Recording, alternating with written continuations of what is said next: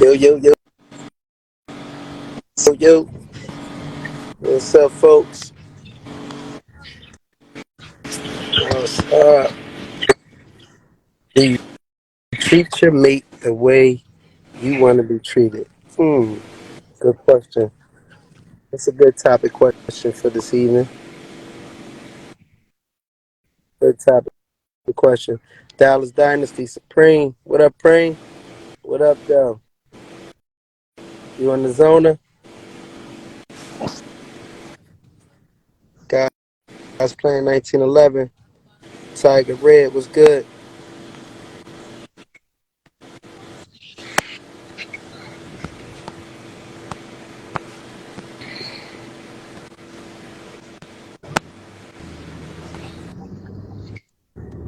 Let it load.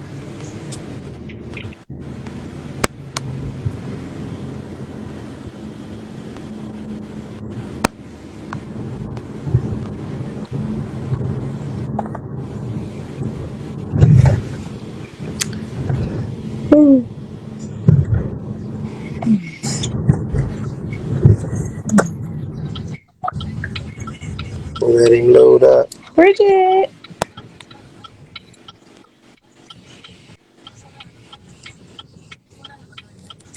What's up, family?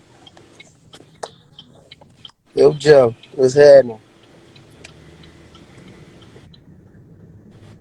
You want to talk to him, Joe? Thanks, Always good to see Jill. the good brother tuned in.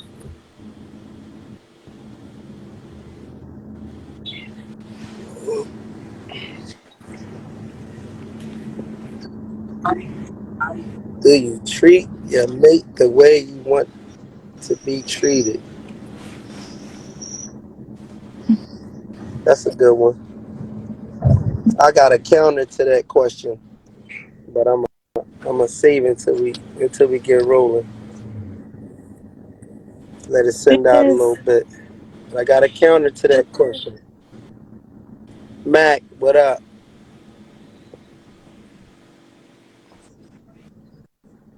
Too sweet join. What's happening?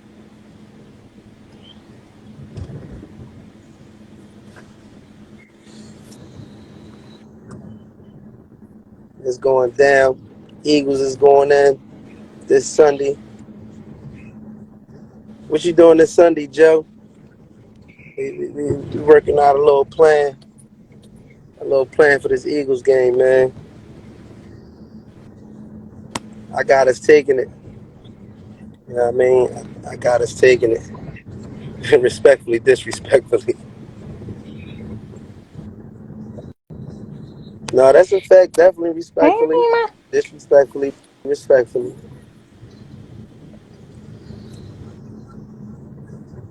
Can't break Keish. What's happening? Scott.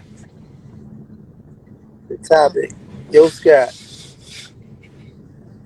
The topic. Do you treat your mate the way you want to be treated? Hmm. That's a tough one. Mm, It seems simple, but it's like a trick. It's like a trick question a little bit. I got to ain't counter no trick. to that. I call you. Let's link up. I'm trying to be outside. All right, yeah. Definitely we outside. We outside, Joe. I mean, had that Eagles green on. We Nina gonna get said it. hell We gonna no. get it rocking. Why you say hell no, Nina? Scott, what's happening? Can we get some snacks, player? That's all I'm gonna say. Can we get some snacks?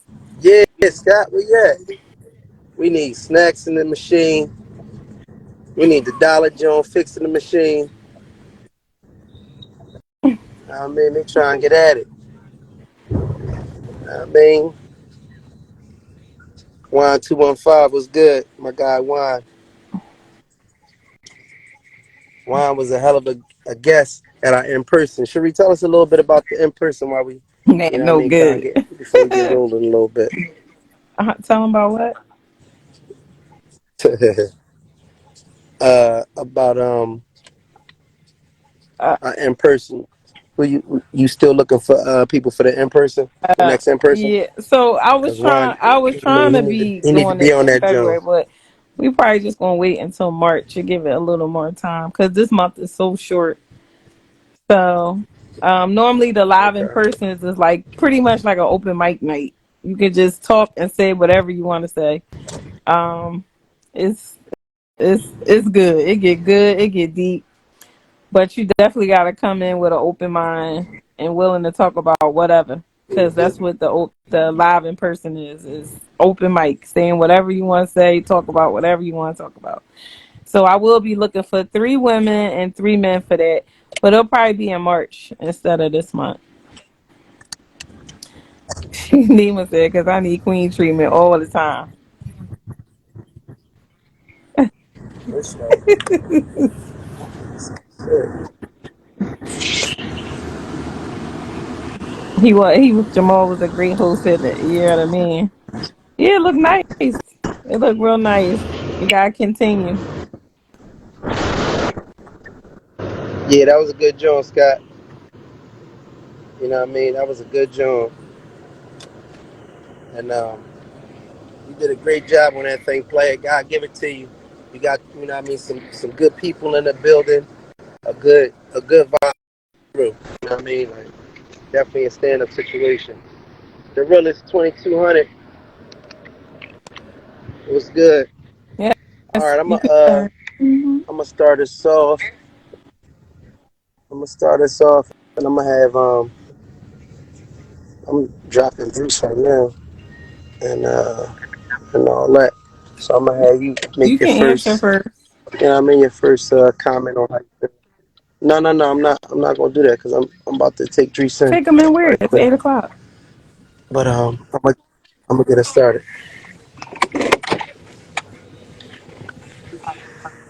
A2Z was good. All right, gang. For we're gonna just get rolling a little something for anybody that's new to the channel. Um, anybody that's new to the live. What we got is, this. My name is Jamal, and that's Sheree. And ultimately, we've been married for 13 years. Well, it'll be 13 years, and next week. So, can we get some love for that? 13 years married. You know what I mean? So, we just been trying to do something so that we can, you know, communicate more, get more. Um, just insight on marriage, get more insight on relationships. We had a long, turbulent 13, years of marriage. It's been really rough. We even went through a whole lot. Anything you could think of, you know what I'm saying? We done pretty much been there, man. And we had we had a good clearing around the time of COVID. For whatever reason, we really got closer during that time, and we just trying to just do things that can kind of keep us afloat. You know what I mean? We're not perfect, we don't got all the answers, and so that's why this is not necessarily us just having all answers. It's more so just like, us having a space for people to have grown conversations about relationships, dating, marriage, and all those things. You know what I mean? All those things above. So that's where we at with it. Today's topic is, do you treat your mate the way you want to be treated? You know what I mean? And so that could be for you know married couples. When you're talking about a mate, that could be about if you're dating, if you're talking about a mate, and that could even be about if you're just out dating. If you're single and dating, do you give out the same treatment that you expect? You know what I mean? And even like how does that look? You know, so and the other thing is I'm gonna add this in there. In a relationship, things aren't always equal. Sometimes y'all not always on the same page. So do you continue to treat your mate the same way you want to be treated, even when your mate is off the square a little bit? That's something to think about too. But I'm gonna concede, and I'm gonna just sit back and see what Cherie has to say about the topic, um, and we're gonna kind of rock out from there. Y'all know how we do. We stick on topic, we pull people in, we have other things that kind of branch off, and then we have grown folk conversations. So, Cherie, you got the stage. Let us know how you feel. So it say, do you treat your mate the way you want to be treated? No. I treat my mate the way they treat me. So I mean, I feel like you treat me good, I'm gonna treat you great. You treat me grip mean, be mean to you. But that's not even just my mate. I'm gonna take that all back because it's not just a mate thing. It's a in general thing for me. If you're nice to me, if you're sweet to me, if you give me positive energy all the time, I'm gonna treat you that way. If you're mean to me, you disrespectful to me, you just always got some ill will feeling towards me, I'm gonna give you that same exact energy. Now, at first, I may not. It may take me a little time because sometimes we can be naive of the way a person treats you. Um, or you'll make excuses for it and say, um, well, maybe they're going through something. Maybe they're having a hard time right now. And you justify it. But when it becomes consistent, then you get that wake up call like, hold up. Like, I'm not going to keep whining and dining you, making you feel special and making you feel good, and you making me feel like shit. I don't think that that's fair. You should treat a person how you should treat a person how you want to be treated, but it's just not realistic. Nobody is treating nobody the way they want to be treated because that person may not be treating you how you want to be treated. They may treat you mean. They might not feel like they, want to be nice to you, or it just depends on the circumstances. I say I treat people how they treat me. Like I give all the energy you give to me. Um, so that's pretty much my input on the situation. Okay. Okay. All right. Yeah. I respect that. And so I think like for me, do I treat my mate? I gotta read it again too, so I can make sure I'm answering the question because I know I'm gonna go off on a tangent with it too. All right. Somebody said, period. Neiman told us, I need to hear Jamal take on this because he always got something to say. Yo, but I always got something, good to say. I always have something that is, you know, authentic to how I feel to say. So let me share what I have to say. Do you treat your mate the way you want to be treated? So I'm gonna say yes. I'm gonna say yes and no. So I hate to answer with like two. So I hate to answer with a both answers. You know what I mean? But what I'll say is, let me just give the direct answer first, and then I'll go into how I feel about the actual question. So my direct answer first is that I treat my mate how they want to be, how I want to be treated, and sometimes I'll treat my mate how they want to be treated, and it's a difference.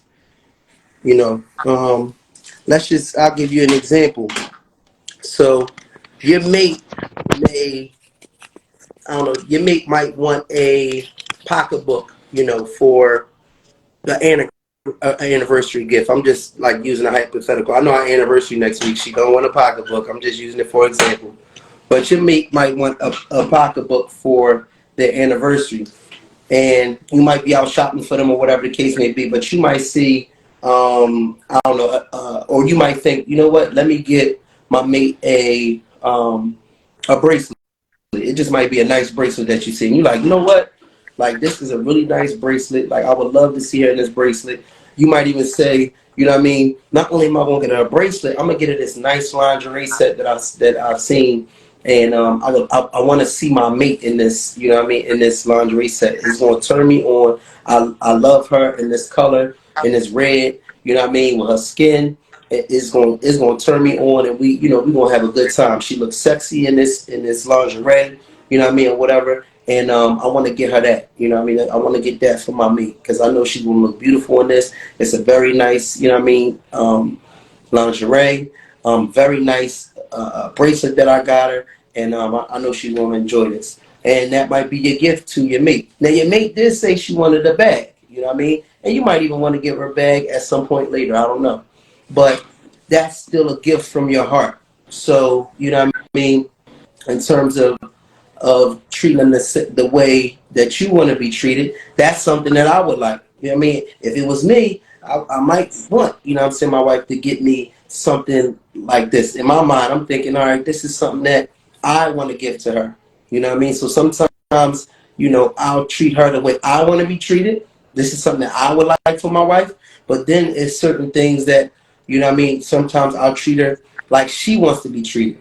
So sometimes instead of getting that nice lingerie or even a nice dress or whatever the case may be, the nice bracelet, I might say, you know what? Instead of getting her this bracelet, instead of getting her, you know, I don't know, maybe it might be a trip, it might be a dress, whatever it might be. Instead of getting her what I want to get her, I'm gonna get her what she wants. You know what I mean? I'm gonna get her exactly what she wants, and it might be that pocketbook.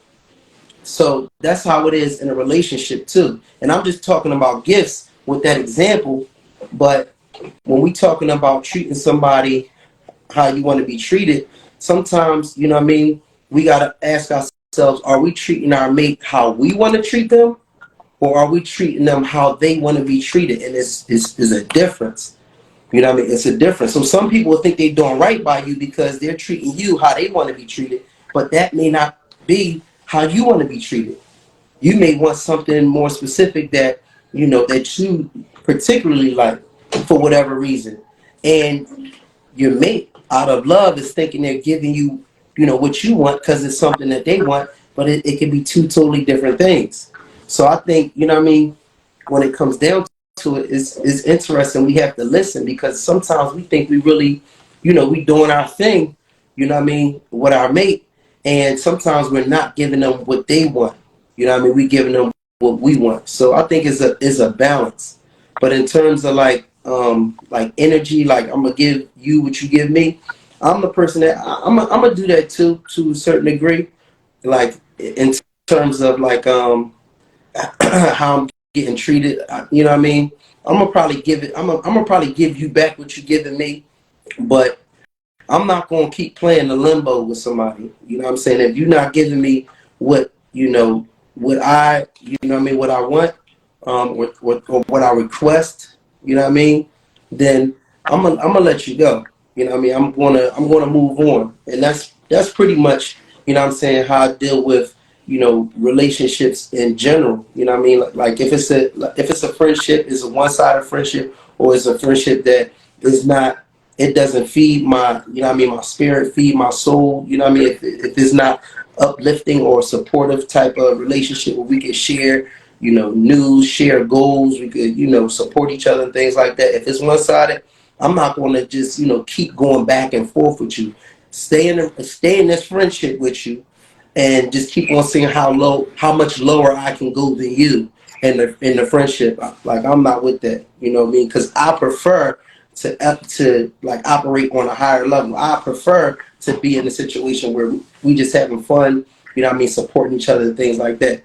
Like I'm not in a good space if I'm getting as low as you getting all the time. Like that's not, you know what I mean? I wouldn't want to be in a friendship or relationship that I have to feel that I have to keep on, you know, getting lower than the other person, because ultimately that's your life. You got days going by, weeks going by, years going by of you trying to emulate poor behavior of someone else.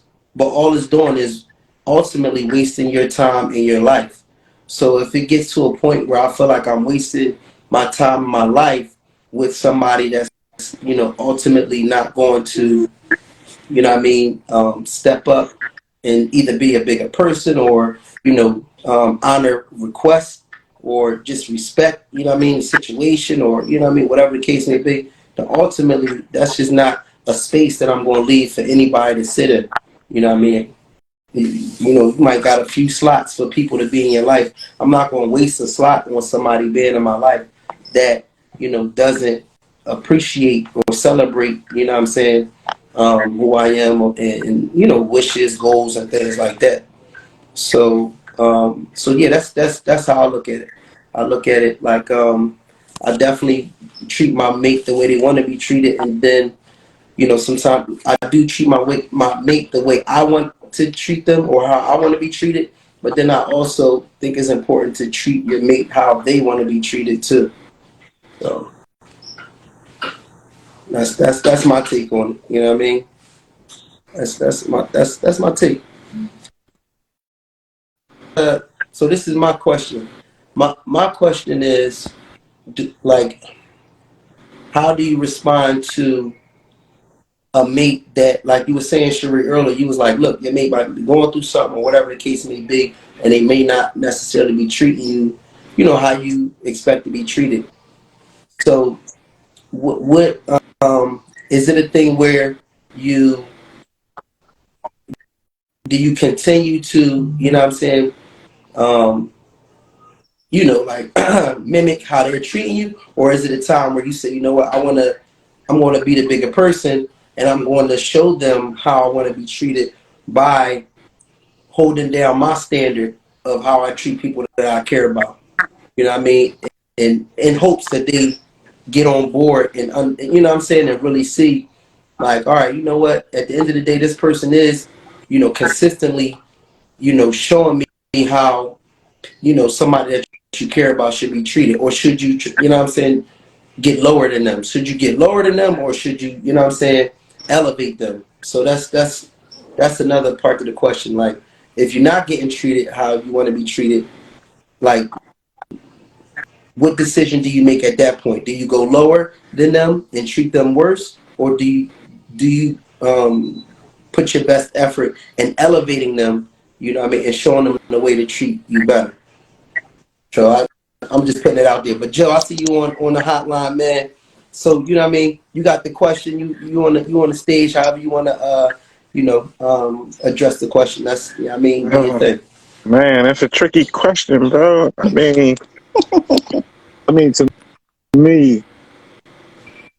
because we different. You know what I'm saying? So yeah, that's tricky. Because I'm a treat her. She wants to be treated differently than I probably want to be treated. She wants more attention. Me personally, I don't need the attention. So yeah, this is a weird one Mm-hmm. right here, bro. I can't even front.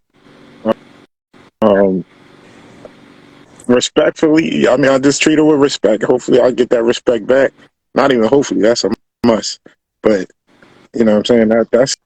That's all I can really do is treat her with respect. I don't plan to be like, I don't need her to take me on dates. I mean, it's nice every now and again, but I don't need you to like take me on dates and be buying me flowers and telling me all that type stuff. You know what I mean? So nah, Right. that's how I feel. Yeah. Yeah, I respect that. Yo, Jax on the line. For anybody that just tapped in, the question at hand is: do you treat your mate the way you want to be treated? And also, you know what I mean, we've been kind of going into listen. So Cherie's comment was, "Yeah." So Cherie's comment was, "Listen, I'm gonna give the same energy. You know what I'm saying? If you showing me love, I know how to match it. I'm gonna show you love too. You know what I mean? But if you not showing me love, or if you're not, you know what I mean, giving me the right energy, then I'm going to reciprocate that. I know how to do that too. You know what I mean? Um, my take on it was that it's two ways. You can treat a person. You can treat them the way you want to be treated, and you can also treat them the way they want to be treated. And when I'm dealing with somebody, I'll have to recognize at times that, what I'm saying, there's times where I'm treating somebody the way I want to be treated, but then it's times where I feel like it's necessary to treat them how they want to be treated. Jomo went into the fact, he said, look, you know what I mean? Yeah, I'm going to respect my woman. I'm going to treat her with respect, but I'm not expecting the same thing in return. Like if I take my woman out, um, if I give my woman flowers per se, he's like, I don't necessarily need flowers back. You know what I mean? It doesn't have to be, that type of a match where it's like as soon as whatever I do, she's doing the same exact thing for me, which is respectable. How you feel about that, Sherry?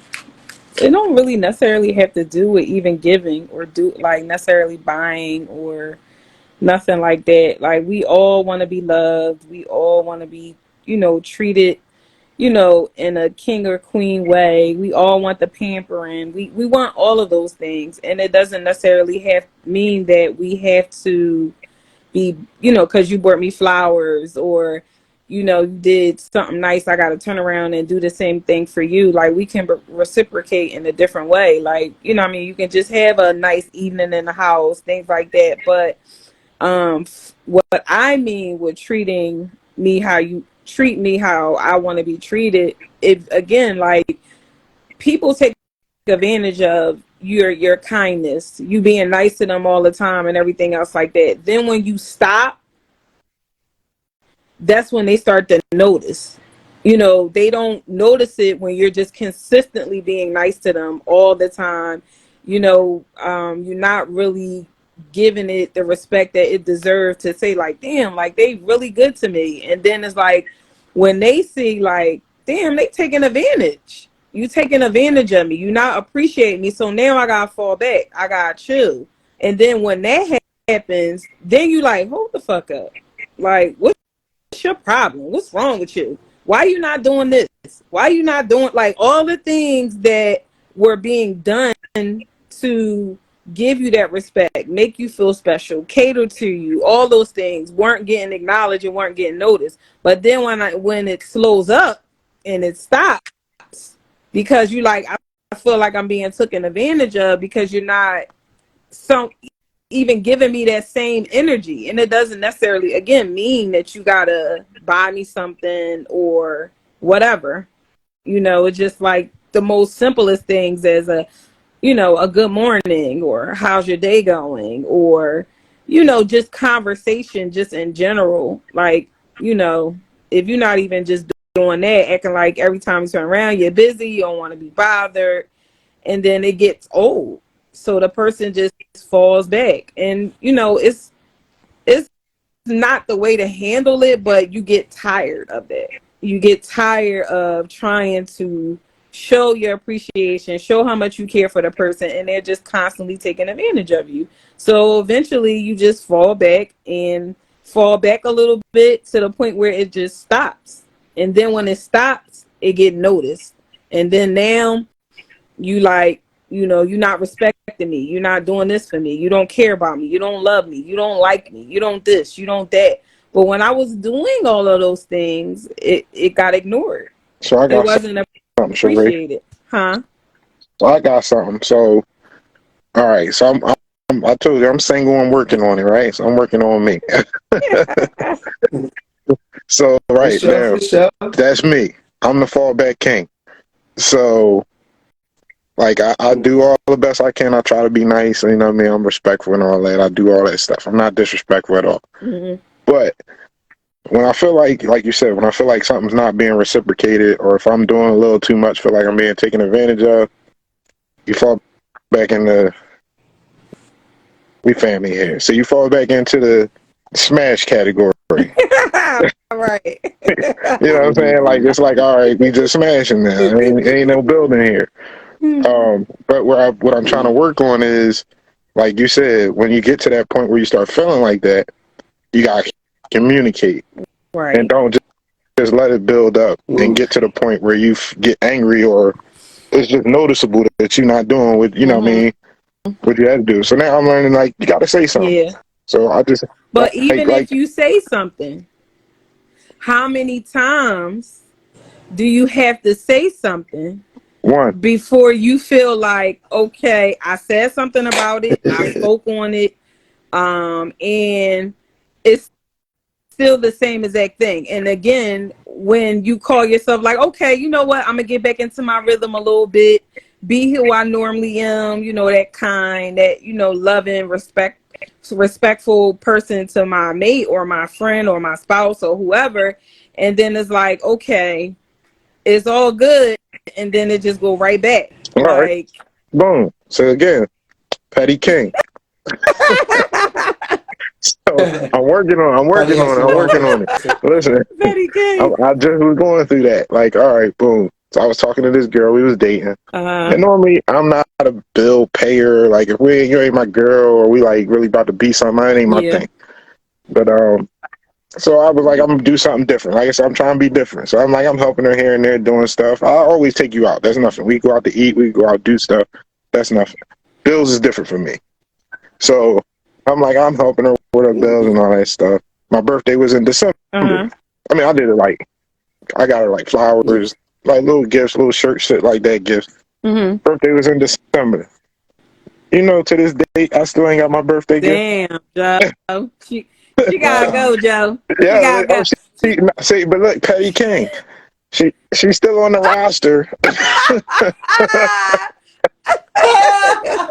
but we ain't been out since my birthday. We ain't going nowhere until I get my birthday gift. Because the crazy part is, she told me she got my gift, but she ain't get it yet. She waiting for another part of the gift to come. Oh, Yeah, wow. that might be the was cap. Bitch with that, It Joe? might be the cap, Joe. hey, look, it could be cat, but guess what? I'm getting my gift. Like I'm Petty King. I'm gonna ride this thing out. Either you gonna give me my gift. So you gonna I'm not gonna get you gonna ride it gift. out until you get your gift? I want to see if I'm gonna get the gift. I'm already getting a gift, but Right. I'm getting a treat. I'm just trying to see if my gift is for real. There you go. Like, cause I'm like, So if you ain't got it, it's cool. So once you get your gift, then what? I don't know. We figure out. I don't think I'm getting a gift. What if? Let's just say hypothetically. What if the gift is really what she's saying it was? Then what? Mm-hmm. Like, what if it really like took time? Like, she really put some thought into it. You're gonna see it, and it's gonna look like, damn, she really like it. Really was like a little time thing. Like, so I already know what the gift is, though. That's the problem. Oh, damn! What is it? It's supposed to be like some sneaks, and then like she got like a hoodie and some t-shirt made from somebody, but the hoodie and the t-shirt ain't come yet, so she want to give it to me all at once. Thank you, bro. Thank you, bro. Give me my sneaks. I find my own outfit. You know what I mean? And then even when I'm like, all right, well, did you hit the girl to see what's up with the hoodie or whatever? She's like, oh, it's some like frugazi answer. Like, oh, she says she mailed it. But it's like, yo, if you had ordered something in the mail and it ain't come, you on them, right? She got it from I'm definitely you letting it slide too long. Like, so I'm like, I just really want to see. This is my petty side, though. I just really want to see. It might be YouTube. I mean, it might be Instagram. No, I don't know. but you know what? But the thing is, like, T. But you know what though, Joe? The thing is too is like sometimes you like I feel like, first of all, females that's putting money on something, they are relentless. You know what I mean? If she puts some money down on some gear and she ain't get it, she's gonna be relentless with it. But I would think that, you know what I'm saying, like she would like either a card or you know something like, you know what, your gift didn't come, you know what I'm saying, but I got this for you or whatever. Or, you know what I mean? Like I said, maybe even just a sneak in a card. Crazy though, you know what I mean? I don't want shit. Like, I ain't asking for the shit. Like, she volunteered this information to me. Oh my god. So I don't be looking for nothing on my birthday for real. I don't really, you know what I mean? Like, that ain't my thing. Right. Yeah. That's I know. That's still cat though. If somebody it really might be a whatever nice the case may be on a bill might be a nice gift, Joe. A little birthday gift. I'm sorry. There's some sneaks in the hood. I mean? That ain't nice. I mean, it's cool. Like, Dan, that's cool. I mean, it's the thought that counts, brother. Man, if you got it already, where it's at? I don't know. Yeah, I don't know. That sound like cat to me, player. Yeah, you know what I'm saying? Like cat, you know what I mean? But that's. I just want to see. But my other thing with it is, you know, you're gonna need something. Don't ask me for nothing until I get my sneaks. Yeti. Nah, listen, I respect that. I respect that. You know, you're in the dating stages right now, so you kind of getting to know people. You know what I mean? So, you know, damn, at least be reciprocal. Let me know that, you know, you know how to take care of me. That's very important. You know what I mean? Like, men need to get taken care of too, and know that they have a woman They're that can, dependable. treat them how Yeah. they want to be treated. Also, you know Like what I mean? I think that's good. That's good for us to keep in mind. Like, we got needs and all of that too, and be wanting to feel like somebody cares. Valentine's You next know what I'm week, bro. saying? And You appreciate said what? celebrate. Valentine's It ain't next week.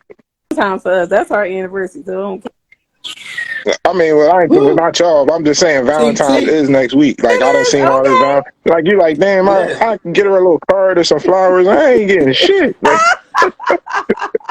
where my shit? Like, He like, I ain't get my birthday gift. I ain't get nothing. You ain't I get ain't nothing. good. And if I do, it might be 2 months Thank later. you, Chris. Reciprocation is everything. Wow.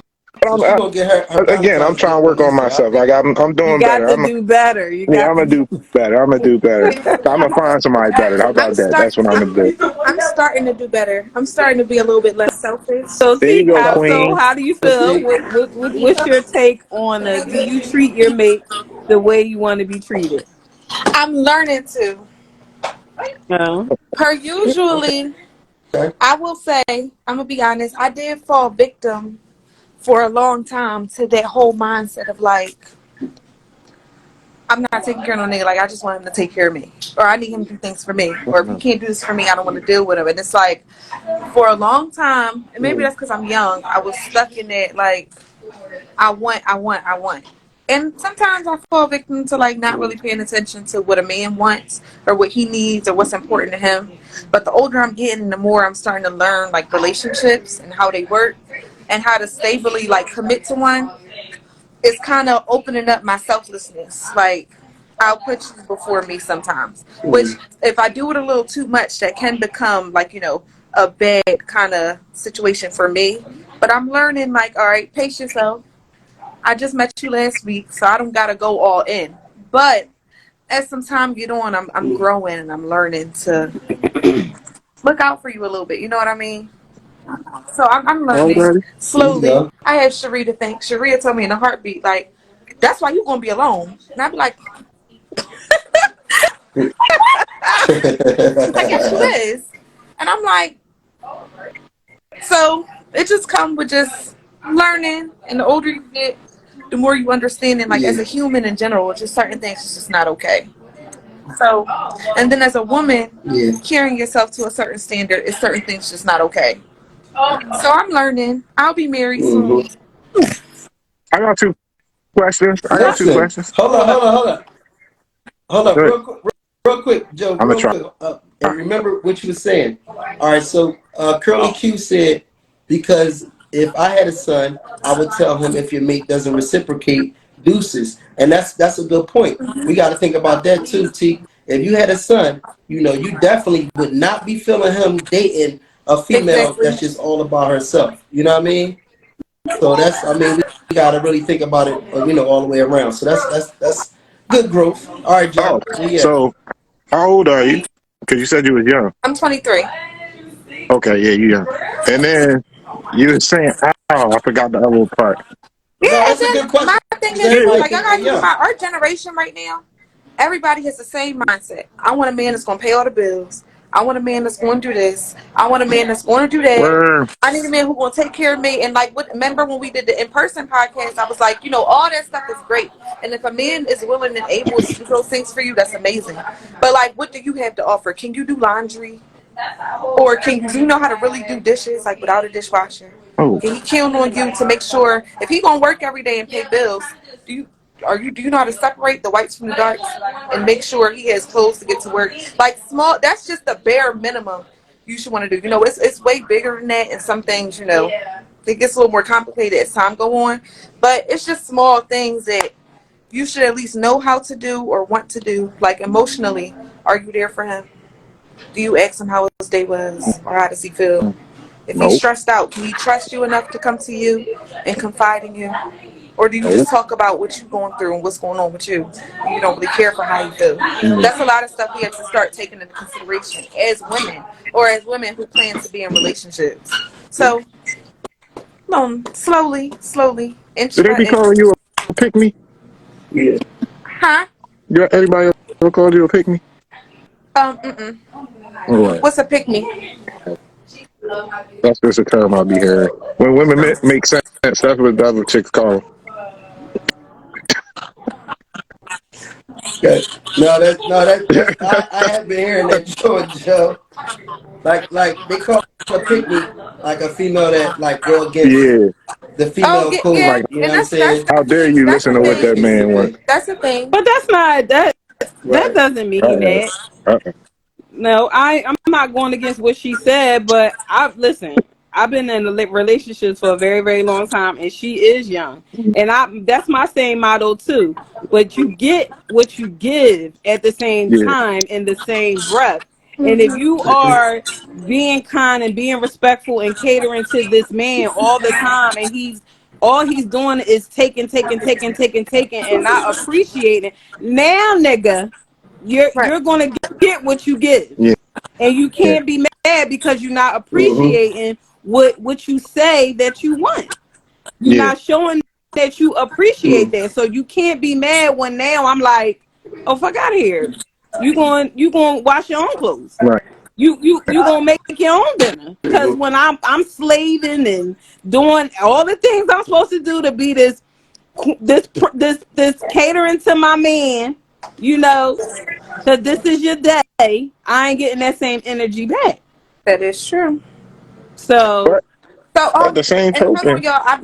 My break over. I gotta go back to training. But I will be a flight attendant in 2.5 weeks. Okay. yes, discount, So I did it. discount. Once again, shout out to Cherie. Cherie, the one who encouraged me to do it, and I did it.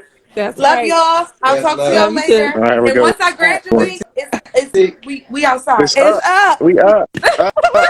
I'm about to All right. screenshot this It, joint right now. Love it's y'all. up. All right, T. So listen, it's important too. I think it's important. All right, so like we have different people that's on this platform. You know, we have people that are dating. You know what I mean? We have people that are single and not dating. We got people that's in relationships, and we have people that's married. So I do want to put out the fact that in terms of, you know what I mean, how we treating each other. Yo, Jax, Yo, I got what's the mic. He what? ready. Oh, I gotta get me a mic and shit. Oh So Yeah, shit. so Jax yeah, be putting us to shame coming on we Oh here. got tech. shit. It's cool, Jax. We I got got something send for me the that. link for the Don't mic. even worry. All right, gotta get me a mic and You gotta lighting. I send gotta me the get link for lighting and a that. mic. Okay. So y'all do because y'all do this every week or whatever. I used to pod every week, just sitting in my chair talking shit, but talking shit to myself, like doing monologues or whatever. So like I was just like, shit, I got my shit here, like I might as well content. Absolutely. I'll be creating content. You Listen, feel me? So I'm recording right now. My camera, I'm on the mic and shit. So I'm gonna try to get y'all some entertainment. I'm gonna try to get y'all some if I listen, wear your crown high, King. You heard? So listen, what I was just breaking down, Jax, is the different, levels of people that we have in the life. So we have some people that are dating. We have some people that are single that aren't dating. We have people that are in committed relationships. We have people that are in marriages. You know what I mean? can. And we got a wide variety. You know what I mean? So what I was saying to say is that with what you were saying, Sheree, in terms of, you know what I mean, if I'm not getting what I want, I'm not What? giving it to you. So what happens is No, I in a didn't say that. marriage, right? I didn't say I What you didn't say said. if I'm not getting That's what what I I thought you want. said. I ain't say that. I said Oh, what that you said? when like what Clarify for Teak me. was just saying, how us as women, we need to learn that we need to cater to that man. We need to ask how his day going, all those things. What I said was that it is a lot of women that are doing that consistently on a regular basis, but it's not being appreciated. So then when you fall back and they realize, like, well, damn, hold up, I ain't hear from her today, or she just really giving me this ass to kiss vibe or energy or whatever. Like, what's up with her? Like, what's your problem? But it's not that she has a problem. It's just that you have been not noticing the most things that you've been asking for, like the making you feel special, the phone calls, how you doing, how's your day going, rubbing your feet, all that good stuff, making sure you got a good meal and all that gets avoided. It's not appreciated. So then when it stops, it's like, well, damn, she got a problem. She on some other shit. Instead of being like, hey, you okay? What's going on? Like that don't be a sign. That will be, oh, it's time to be petty. Mm-hmm. It's Petty time to time. be petty. Like let me be on Petty some king. other shit because she tripping. All of a sudden she not making sure I got a plate. She not cooking. She not cleaning. She not asking me how my day going. She not acting like she really don't have no dialogue for me. When that stops, is in most men's mind, they're not thinking like, hey, let me check in and see if everything's okay. They're like, petty time. The way Cherie, most times they be like, Yeah, so nothing. Like when you do ask, they be like, oh, it ain't nothing. Yeah, no, you're right. I agree. So that's why I say sure. And it gotta be that's where communicated. Like even on, like I said, with my end too. Like if I see something is going awry, I gotta, or if I feel like something is going awry, I gotta say something, like let her know how I feel or whatever. And that go with her too. If she feel like something ain't right or not being appreciated, you gotta say something. Because like we not mind readers. Yeah, no, that's true. But that's Yeah. definitely where the communication comes in, because when if you in a marriage state, a marriage is so, what I mean, a marriage is so complex because it's a lot of different factors that get involved, what I mean, and that's why communication is important, because that man could be going through some things too, what I mean, and a lot of times as men, I will say, we can internalize certain things, and we have to do better in terms of communicating, some of the moods we are in, or whatever the case may be, or even some of the stresses, some of the things that we're dealing with, in the world, and again, like the communication is key, because the pettiness can lead to, him taking the next step. So all right, so now she ain't doing this. So like you said, now the next step could be XYZ. And so, it's important when we talking in terms of marriage, not to skew the lines. If we dating, a lot of times you have less patience if you're dating, because you don't have that investment in somebody. But when you're married, it's not just as simple as getting petty with it, because again, we have a lot of complex things. For one, like say, so one of the things, I'm gonna give you an example in terms of the complexity, like when it comes to marriages and stuff. And sometimes when you involved in the moment, you don't really see what the bigger picture is. So we had some challenges when we had Idris, our first son. So we go from anytime we want to just up and go somewhere, we out, in terms that we had sex any and every time, all, at any time, we go from, date nights, or even just, at home, or just companionship, just talking, chilling, this, that, and the third. But what we didn't peep when we had Idris, it's like that's a completely different dynamic now in this relationship. You know what I mean? And so it's something brand new for Cherie at the time. This is her first child. You know what I mean? And it was just something new for our dynamic and our relationship, even for myself, because we was just like living free. You know what I mean? He We was out jealous of his rolling own and child, this, that, and yo. the Go third. ahead. It be And like that though. and so you know what I mean? It's easy for us to be mad at each other in that time frame, and look at certain things aren't the same. You know what I mean? Damn, certain things I used to do for you, you're not appreciating. You know what I mean? She might be breastfeeding, or you know what I mean, chemically, but biologically, her body is different, her mindset is different. She has a new child. He ain't You know what like I mean? And that. at that time, I wasn't really peeping the fact that I needed to be more patient and have more understanding at that time, because the dynamic of our Yeah. relationship just changed like dramatically. You know what I mean? And so sometimes we could take it lightly in conversation, say, oh, well, if I ain't getting what I want, then it's deuces, this, that, and the third. But, marriages is like more complex. So people that you're investing in more is more complex than just, oh, well, you ain't doing it, so I'm gonna just be petty too. You know what I mean? So I just wanted to put that out there because I don't want you to come off to anybody as if, yeah, this is how I'm gonna treat my husband if he don't do X, Y, Z, because it just, you know what I mean, that's a different ball game. And I think we give off that wrong energy to women, coming from somebody that's been married, as long as you've been married. I don't want women to get the wrong idea, like, oh, well, in her marriage, she said if he ain't doing nothing, then she ain't doing nothing. That's the wrong energy to give off. You know what I mean? I just wanted to make sure it's clear. When we talk, we're not always talking about our marriage. We talking about, relationships in general. Like Cherie was saying, that's with friends, this, that, and the third, and all of So that. I So I got a just wanted question. to clarify that. Jax, are you single or you married or what's your no homo? Single. He's single and ready to mingle. I'm single. I don't got no hoes.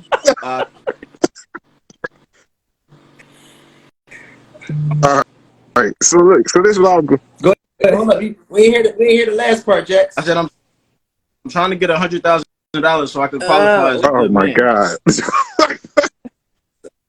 I mean, that's today's criteria. Oh man, I feel you. I feel you. Nah, I ain't mad at him. I am My 6 man. feet though. My man. He got that check in the box. Oh man, no. So look, so I mean, for any So I was gonna say, like, from on like a single side of it, like, all right, fucking use me again, boom. So, so I feel like I'm gonna share this with y'all. So this is how I feel. I feel like a man puts in the work to get the woman, right? Like once we smash or whatever, get the draw, however you want to say it, our mission has been accomplished for the most part.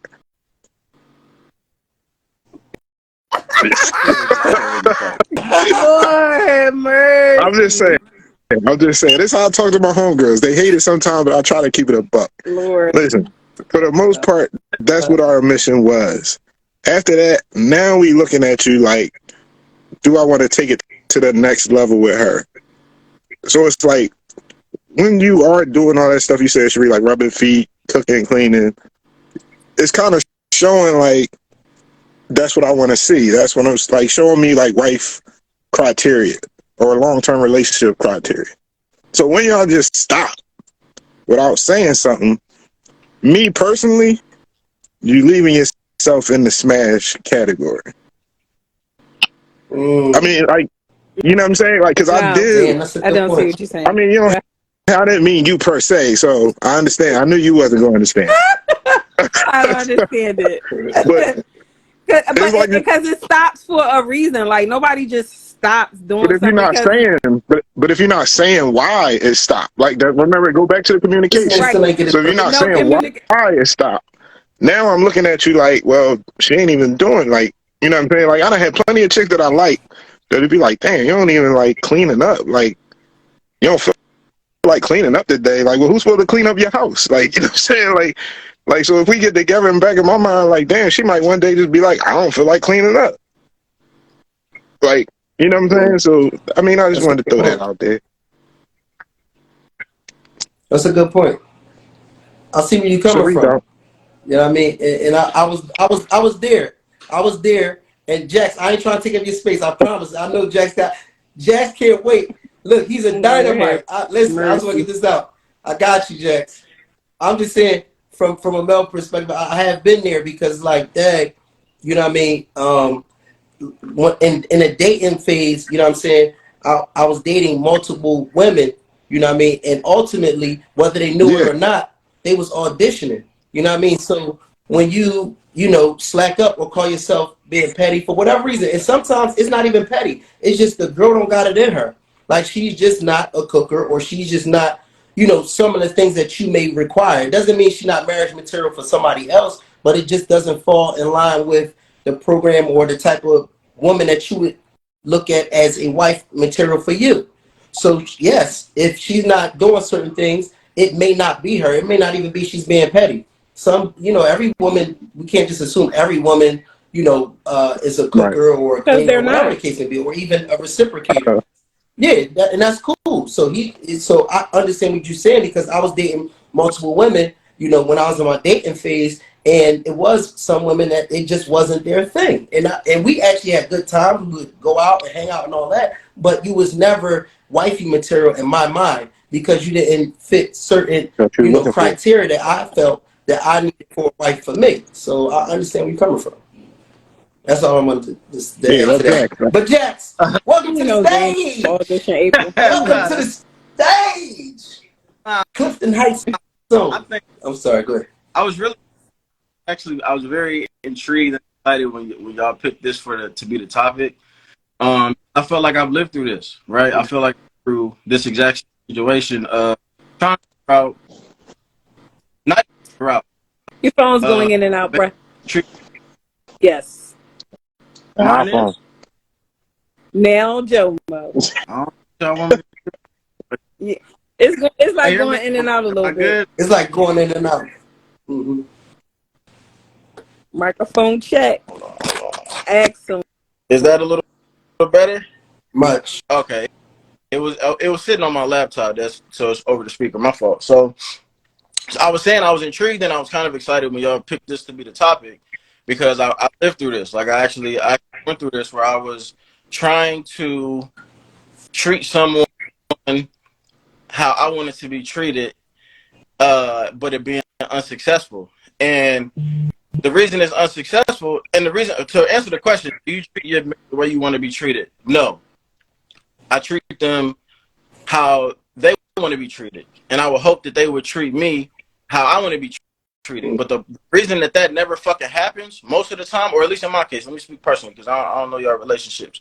The reason it never happened in my relationship is because that's never communicated. Because in my personal situations, women assume that the way that they treat their partner is always correct. Women that in relationships, by nature, they're the ones who get it. They're the ones who do it right. They're the ones who know how to care for and nurture and be complimentary to and take care of another human being. And without any knowledge of what that nigga even fucking want, for real, right? And treating people how you treat it is the golden rule. It's the fucking baseline, right? That's some shit that you get told when you're a child. Is like, yo, treat people how you want to be treated, right? So for me, one of y'all said, I'm not sure who, but it's like when somebody stops doing this is the telltale for me. If somebody treating you how they want to be treated, but when they find out that you're not reciprocating that, and then they stop, that whole shit is a fallacy. Because that's supposed to be how you treat people, whoever you meet, wherever you meet them. You're supposed to treat people how you want to be treated. That's supposed to be the baseline as to how you treat people, right? So if you're stripping away the very baseline ways of how you're treating me because you don't see reciprocation in it, you're a fucking walking lie. You're full of shit. It's a fact, bro. That's not really how you are for real. So in all actuality, the way that you're treating me is fake.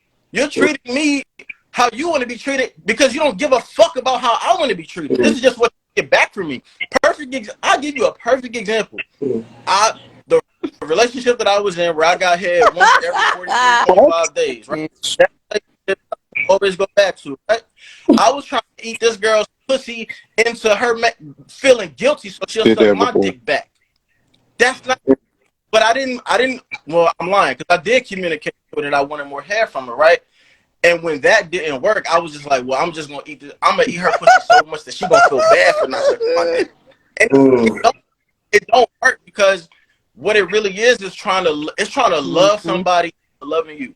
That's basically what it is. And that don't never work. It never works. And the part that, like I said, and I might be being redundant, but the part that kills me is reciprocation. I'm going to lose some of y'all if I haven't already. Reciprocation is the fakest kind of love, in my opinion, that there is, bro. Because you're not doing it out the goodness of your heart. You doing it because I did. Mm. I told you I missed you, and you tell me I missed you too. You're not doing it because you. I Mm. tell you, yo, I love you, and you say, yo, I love you too. You're not telling me because you love me. You telling me because I said it to you, Mm. right? I take you out on dates, and my homie said he got the girl something for her birthday, right? And she attempted to get him something for his birthday, but didn't really go through it 100%. But in all actuality, she didn't really do it because she didn't really want to do it. She was just making an attempt because she felt like she was in debt to him because he did it first. Like, reciprocation is the fakest shit ever, bro. If you gonna do some shit because you want to do it, Mm-hmm. and don't expect nothing back. Because that's the thing. Like, to me, it's two ways that you treat people. It is the baseline of treating people how I want to be treated. Mm-hmm. But to me, that's the love that come out your heart. I'm treating you like this because this is how I treat people. I'm treating you with respect because I respect people, not because you're my girl, not because I like you, not because I want to have sex with you, not because I'm in a relationship with you. This is how I treat people. I'm gonna treat the janitor like this. I'm gonna treat the supervisor like this, the manager, the homeless person, my girl, my wife, my mom, all people who I get on panels with. Like, I'm treat y'all with. I'm not gonna talk over none of y'all because I don't like to be talked over, right? But if I'm in a relationship with somebody, I don't know what their buttons are yet. I can only tell me which one is more important. Which one would make you feel more important? Somebody who treats you in a cookie cutter way, because that's how they treat everybody, or somebody who takes the time and the effort to figure out what it is that you love and what it is that you don't love, what it is that you like and what it is that you dislike, what your buttons are, what I can push without you going over the top, what I can't push because I know it's going to send you over the top. Mm-hmm. And then I hate it the way that I according to who you are based off of the time that I've known you and me just getting to know you. Like, that holds way more fucking weight. Like, so yeah, every time from now on, I'm gonna treat I'm people crying. how I want to be treated. But I'm gonna also treat people how they want to be treated because that's what's gonna make them feel valued. I hate the fucking book, but it really is the love language shit. If you hate the if I'm a physical touch and quality time guy. If I'm dating somebody who hate physical touch, what is me touching them gonna do for them? It ain't gonna do shit, right? And if they're not a physical touch person, but they trying to give me words of affirmation, but I don't give a fuck about you talking about my dick. Touch my dick. My You're not brother. doing nothing Yes. for me. Preach, brother, preach. That boy spitting. I'm done. So somebody said, so why play that game and do it more to make her do it more? It ain't genuine. Don't force it. If she's meant for you, she will do it because she wants you and loves you. I agree, and she didn't love me, and she didn't want me, and I was a jackass for doing that shit, and that's why it didn't work. I agree Fuck it. with her. I do it because I want to. That's crazy. But yeah, like, I don't, and it honestly, it gets under my skin when I hate I do hate the games. It's ironic that she said, "Well, I play the game." Like, there is like this underlying game that people feel like they gotta play with. They can't show you all of who they are. I can't tell you that I like you. I can't tell you that I miss you. I can't tell you that I want to see you, because the more that I do that, some weird way, the more disgusted that you're gonna become with me. I'm gonna look thirsty. I'm gonna look like a simp. I'm gonna look soft. I'm gonna look like I'm gonna be labeled as the guy who's too nice, or the guy that you could walk all over me. You know what I'm saying? When in reality, maybe I really like you. this is genuinely how I feel about you. But the moment that you stop telling somebody that, the moment that you pull back, the moment that you don't express your feelings, the moment that you don't say that you want to see somebody, or that you don't like them, or that you're not feeling them, or you don't ask them out on the date, now it's like a tug of war. Like, now they come back closer. Now, like, that shit is dumb, yo. And honestly, like, part of me not really having a lot of successful relationships is because I don't really hold back with shit like that. If I double text people. I'm not really a phone call nigga, but I reach out to people. I tell them how I feel. I tell them I like them. I tell them I miss them. And like, lot of the time my shit just don't ever work because it make you look like it make Mhm. you look too clingy. It make you look too needy. It make you look not strong enough. You feel me? It makes you what it actually does. I think it presents the fact that you're not a challenge. I think And I wanna add to that's a good point because those are all of the that's all of the bullshit that women say that they want. You know what I mean? And the reality of it is as a community we go through too much trauma. Like we go through so much trauma that it's hard to find somebody that isn't embedded with the code of playing games. It's really hard to find that, bro. Like it really is. And I don't recommend, you know what I'm saying, the whole I love you, I miss you and all that because you will like out of nature at this point, you're gonna get dogged. Like and it's messed up because the same guy, same goals, same, social status, same look and everything like that. You add a little edge to it, and now you request it. And I always say this to my youngins, like nobody has the tattoo of the nice nigga on their body. None of these females got the tattoo of the nice guy. You don't that's see the Geralds. You don't see the you know what I mean? You don't see the Earls. You don't see, Hey, no, Mom. you see Ray Ray tattooed on that motherfucker. The nigga that hurt her the worst is the motherfucker she loved the most. And that's it's messed up, but it's interesting. yeah. Hey, Mom. Psychologically, it's interesting. I would like to disagree with this comment real quick from Chrissy K324. Shout out to you though. Just because you know someone's love language doesn't mean it's in you to do it. That means you don't give a fuck for real. I yelled about this several weeks ago. I'm not gonna yell about it again. That means you don't give enough of a fuck about that person. And at that point, and that's cool. Like I can respect that, right? If me and my partner have two different love languages, and it's not in her to cater to what mine is, that's cool, but get done. Get the fuck out of it. What are we doing? It's not gonna work. Because if you fix your lips to say it's not I love you, but come on, But bro. listen, I love you, but it's not in me to rub on you. mhm. It's not in me to give you a massage. It's not in me to come on. We done. We finished. I wanna add this. A lot we go off of this whole love language thing, but we need to know who wrote that. See, everything that we read, we have to have an understanding of who is written by and who is written for. Our community has a different love language, and we gotta admit this as a people, y'all. What's up? Toxicity is a love language for our community. Facts. I'm sorry. Listen, and I had a girl I was dating, right? It's just what level of it that you willing to go. I had a girl that I was dating, you know what I mean? And she just loved the fight shit. She just wanted an abusive nigga, you know what I'm saying? And anytime I got more demanding, anytime, you know what I'm saying, I was more aggressive, it was like I got the best response out of her. I was speaking her language on everything I love. Yeah. But then I realized that this shit was just continuing to heighten. And I was like, I'm not willing to climb that level. I'm not beating you the fuck up. If that might turn you on or whatever, you know what I mean? But that's just, I ain't willing to do that. She got with a nigga right after me, and he gave her everything she wanted. He was an abusive ass nigga, and it just worked out for them. Toxicity is a part of our love language. All of us. Do you think I like the way that you broke it down. I don't know if that might be the sixth one. I don't know if we have our own all together, but Okay. do you think though?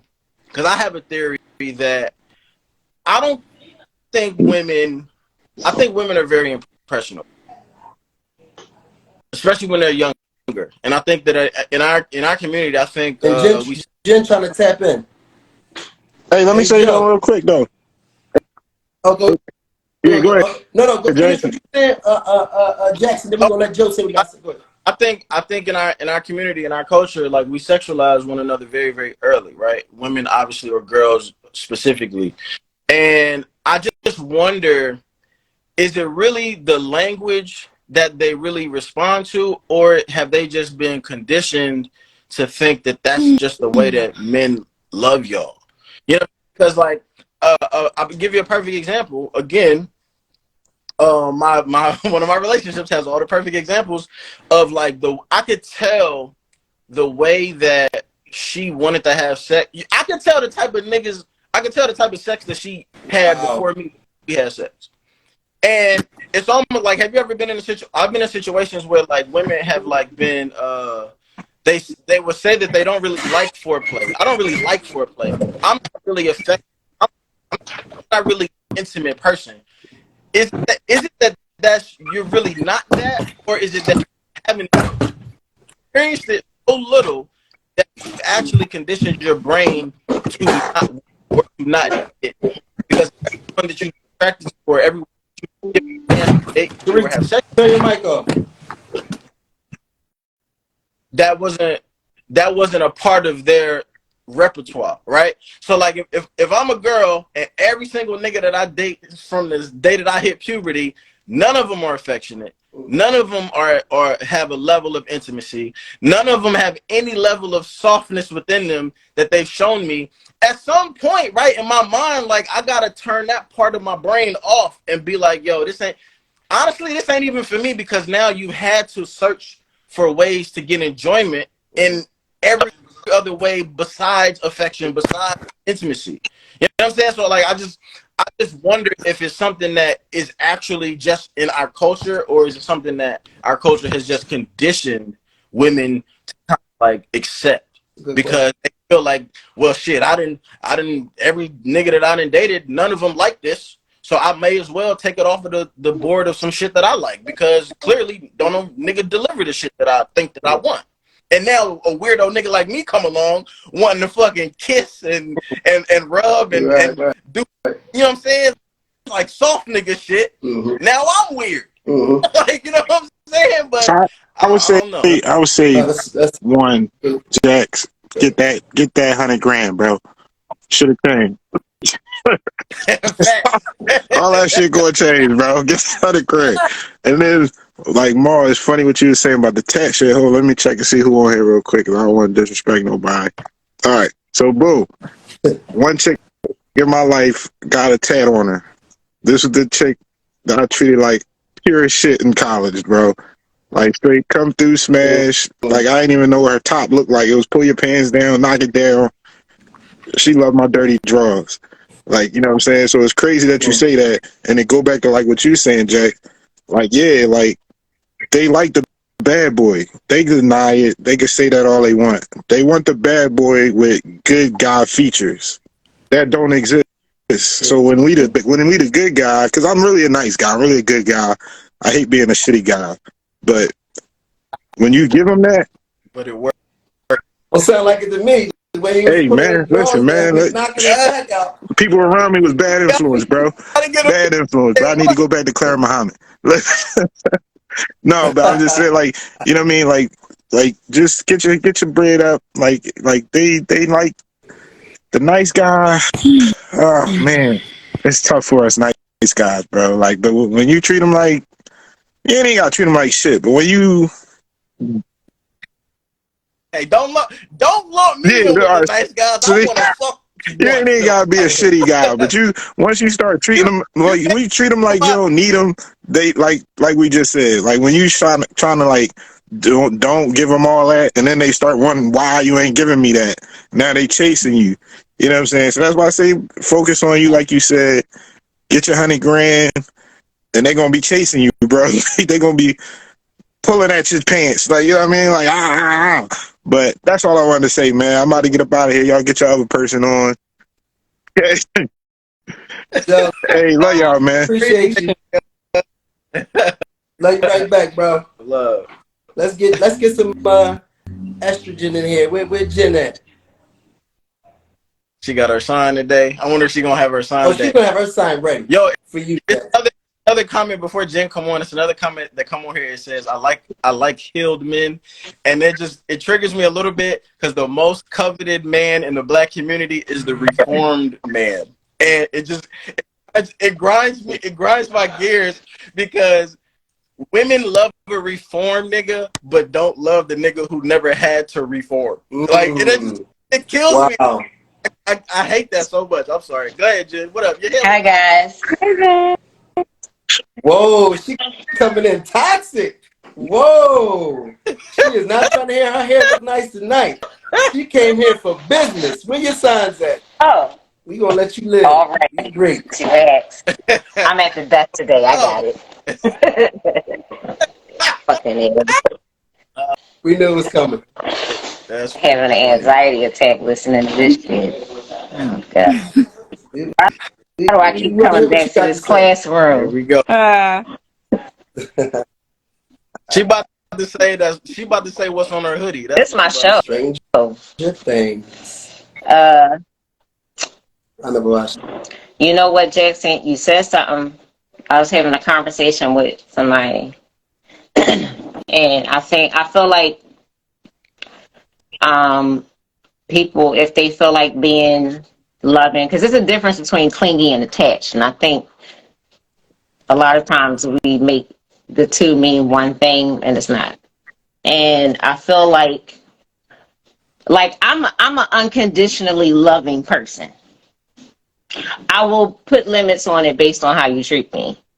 But like I said to who I was talking to, if the way that I love or come off makes you feel uncomfortable, that's your problem, not mine. I'm not dimming down my how I express how I am and how I come across being loving, because then that's going to do damage to me. If you can't take that, then you need to grow up. And if it's a thing where you can't really understand how love works full circle, then that's something you got to dissect. Now, I'm here to help you do that, but you got to be willing to let it in. And love is a love and caring and exchanging feelings. And that's scary for some people. And I get that. But I don't know a person alive that don't want it. At the end of the day, even if somebody say, "Oh, I'm not used to that," like y'all was talking about love languages, change the damn language then.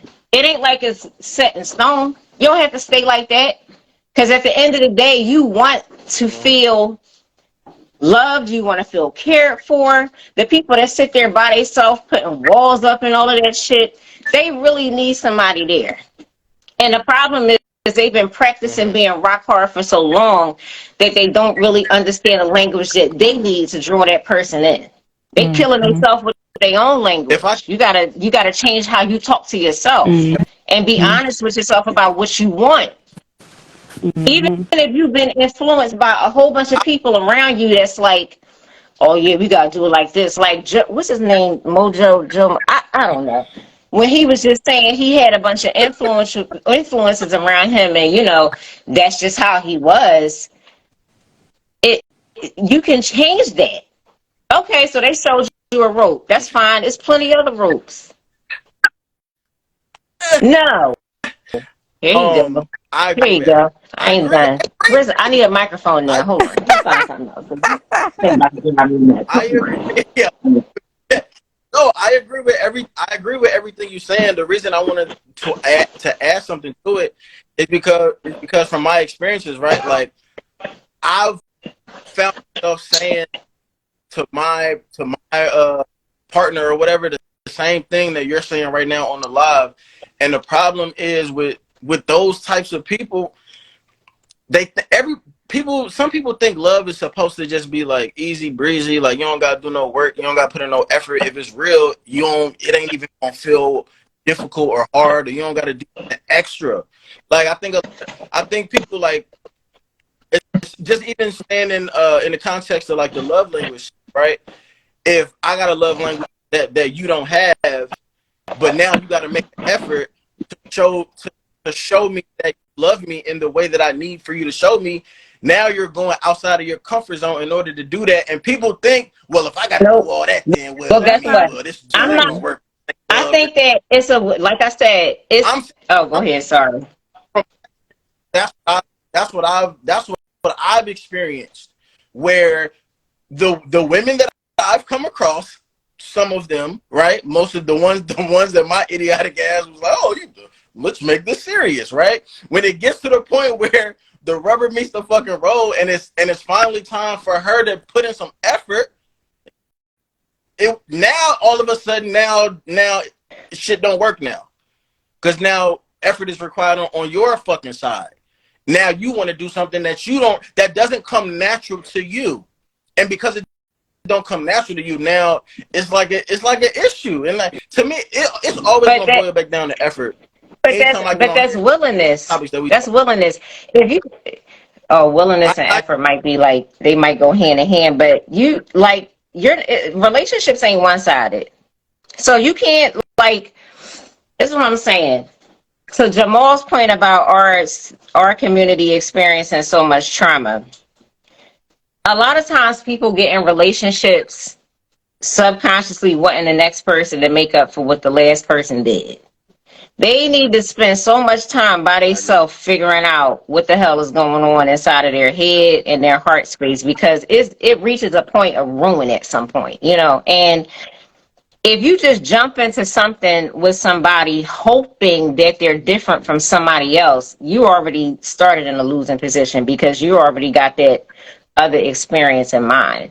When you have a situation that breaks you down, you need to figure out what it is that you want. And the thing on that list should not be getting back at the other person. You're still not making it about you. You're making it about them. And then when you enter into a relationship, if that's what you want, because a lot of people keep lying about, oh, I want to be in a relationship. No, you just want to go fuck a bunch of people and act like you want to be in a relationship because you want a combination of multiple things. You don't even know what you want.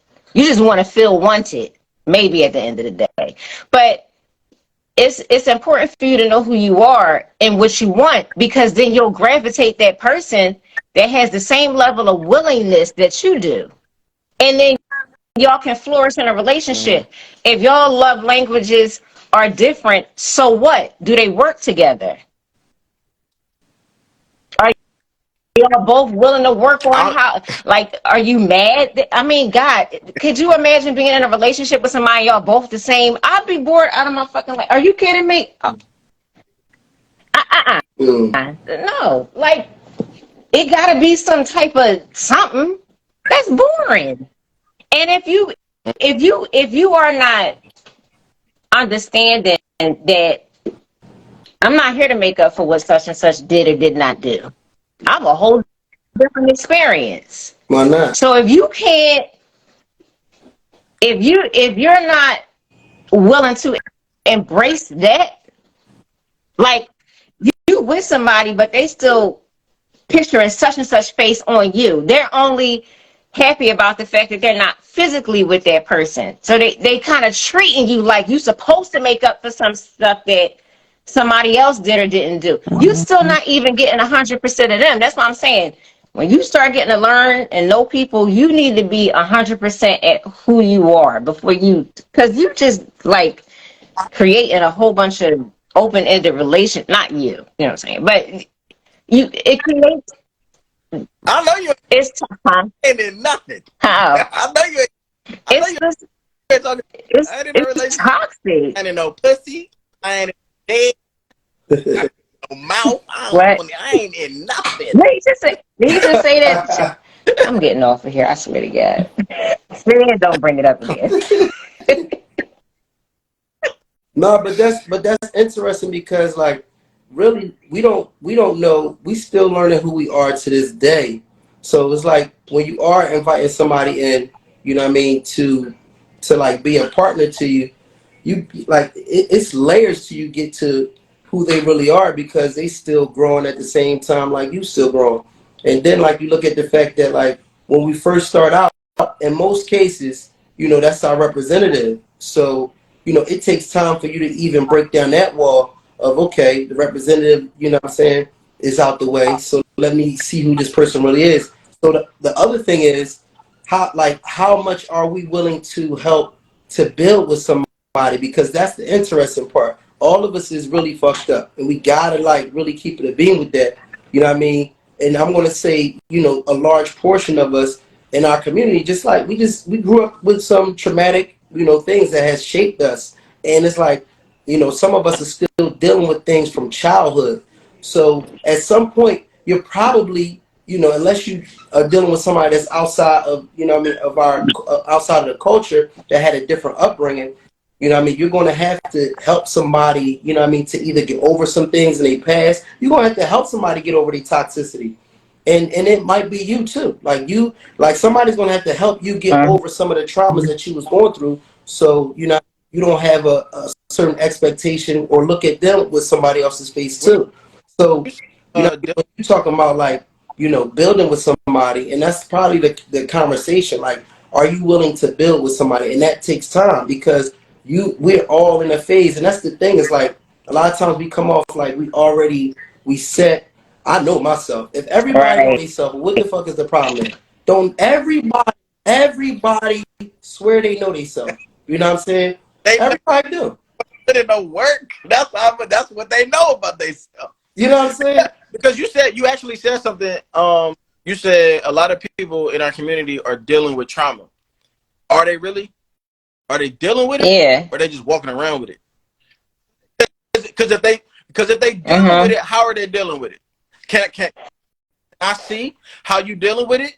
If you say that you're dealing with it, because that was another issue that I had one of our other conversations was like people will be super quick to say how they grew up, how their childhood shaped them, what they went through, their traumatic experiences, their trauma, and I can understand all of that, right? A lot of it, fortunately, I was lucky I didn't have to deal with a lot of the things that I'm understanding and finding out that other people from the community had to deal with, right?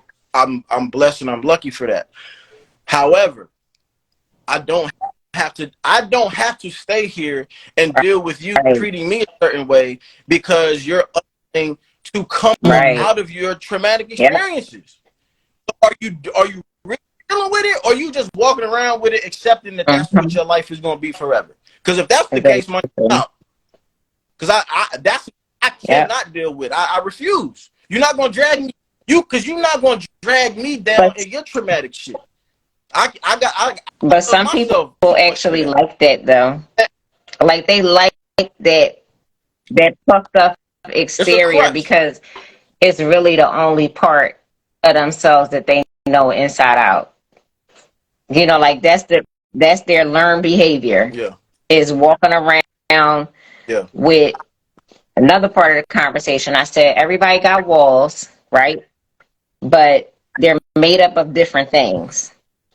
And if you want them to come down, there's a level of safety that has to be there between two people. That's if you're talking about You know what? It don't even have to be romantic. I'm not even going to put romance into the picture because you can develop a good friendly relationship with family, right? There's a measure of safety that has to be there for somebody to feel like they can lean into you. But the problem is if a toxic person is happy about being toxic and then happy about whatever their bad habits are or happy about the fact that they can make people feel salty, they enjoying themselves. I'm not dealing with none of that shit, especially if it's going backfire on me because it's guaranteed to, because you enjoy it. Like, you know that there's an issue, but 80% of you is used to being this, knowing that the 20% is really more powerful, but you just can't walk over there. It's too much. Because it takes work. Because it takes work, right?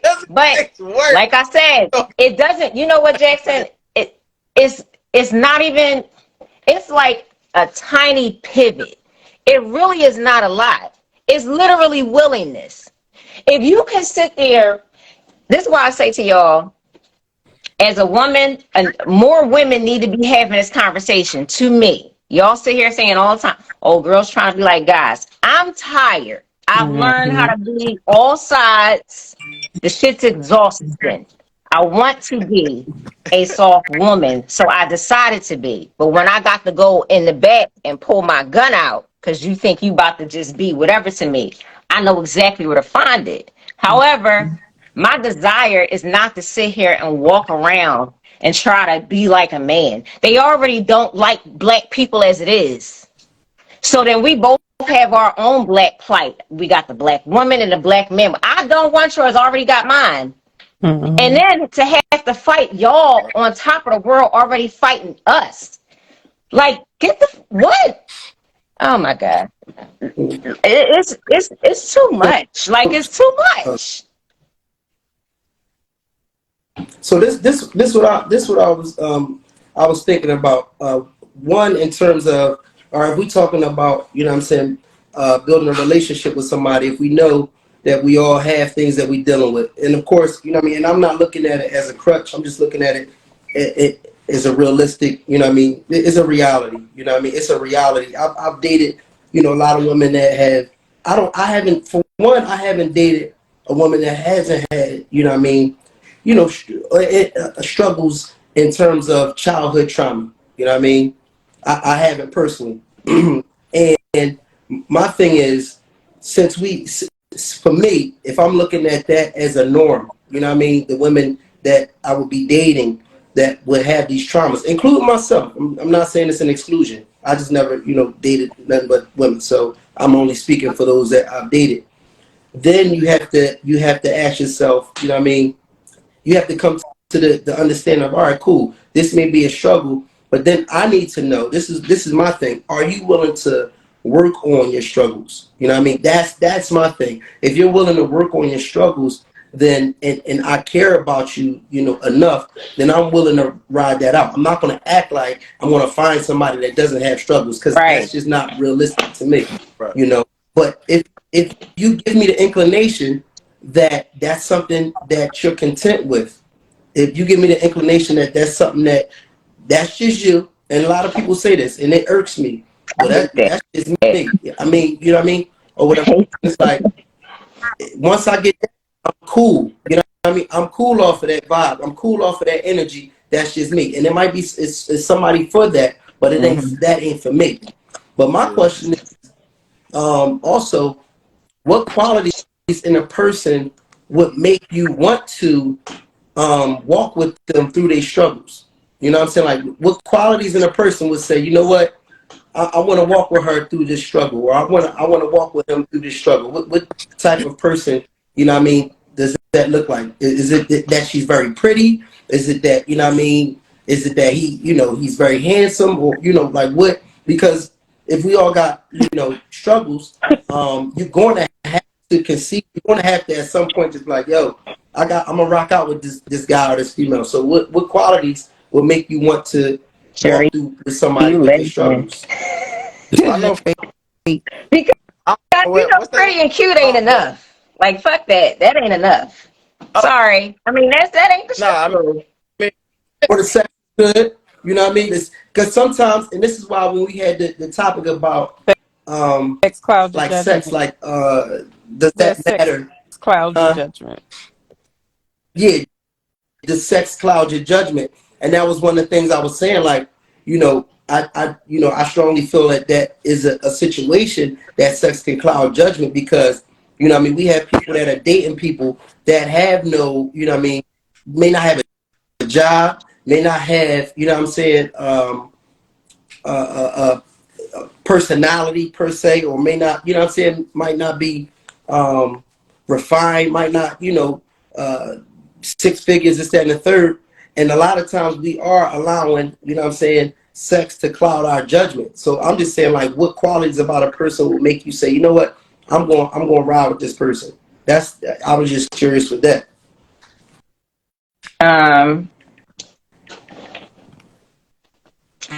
You can tell by a person's attributes. See, this is where that cuss word we always talk about potential fall into play. Mm-hmm. But you can tell by a person's attributes what they carry, right? And maybe they haven't been in an environment where the good parts of them haven't had enough room to be exercised, right? So they may be around people that may laugh at how smart they are. They may be around people that would make fun if they knew that they wanted to be like more emotionally open, exchange, public display of affection. You know, they might be around their male group of friends and really want to just talk sense into them and know they're going to get laughed off, so they keep it all inside. They're not in environments where they can exercise being who they are. But then a woman would see it just like glaring on them. And because they're so used to operating in dysfunction, that's all they know. So then if the woman tries to acknowledge those certain points, just softly acknowledge the points, this wall of offense goes up, because you're thinking about, you're not even sitting in the room with me. Like, I'm talking to you, Jax, right? and I'm asking you questions, and meanwhile, you're answering them based on what your friends might think. You see what I'm saying? Because you haven't mentally been given that space to just talk. Like, you haven't been given that freedom. We don't give each other enough freedom to really feel. We are like walking around in shock most of the time, I think. And it's like, if you don't invite these type of conversations, we always gonna keep each other entrapped. And I'm exhausted of it. I'm not letting go of being a Care Bear. I don't give a shit what nobody talking about. If my husband's an alien, fine. Beam his ass down. If y'all ain't down here got to get it together, all right. But let's go. Or beam me up, Scotty. Whatever. Okay? Because it's exhausting down here. Knowing that you want to do well and want people around you to do well, and you can't even have love and share love. You can't grow with somebody. Like, and there's other races that's out here that got it down to a science, and they laugh at how much we fail at it between each other, our kids, our communities, the schools. They wait for us to fail so they can make money off of us and be successful off of that. Like, the whole shit's monopoly. You think that the way you are towards your community has nothing to do with it. Oh, that's separate from money. No, the hell it's not. Because depressed people spend. And they look for that. They look for broken homes. They look for broken hearts. And they put programs together. I'm about to go down a rabbit hole. Sorry, I don't feel like it right now. But you see what I'm leaning into? Like, it affects everything. It affects everything. So, attributes, they're there. It's a trust exercise. I feel like you want to give people room to just. It's okay to feel how you feel, but move past that. If it's bad, all right. What do we need to talk about? Because you're tripping right now. I think If it's good, let's make it bigger. the attributes that I would look for would be someone who is self-aware. Because I think if you're not even aware that you walk around dealing with stuff, that you'll never strive to fix it or to grow from it or to just like reshape it, right? So like that's the first thing. Like you got to be self-aware.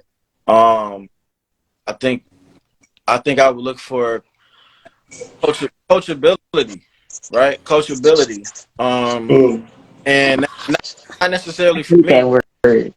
but from somebody who you Yeah, man, the hate life that word. insurance they use it word. Be coachable, be coachable. I hated that shit. Go ahead, sorry. Oh, I think that's really important though, because like if you're not, you could be the best. I bring it back to sports, right? Like you could be the best talent in the world, but if can't nobody tell you shit, you ain't gonna never win.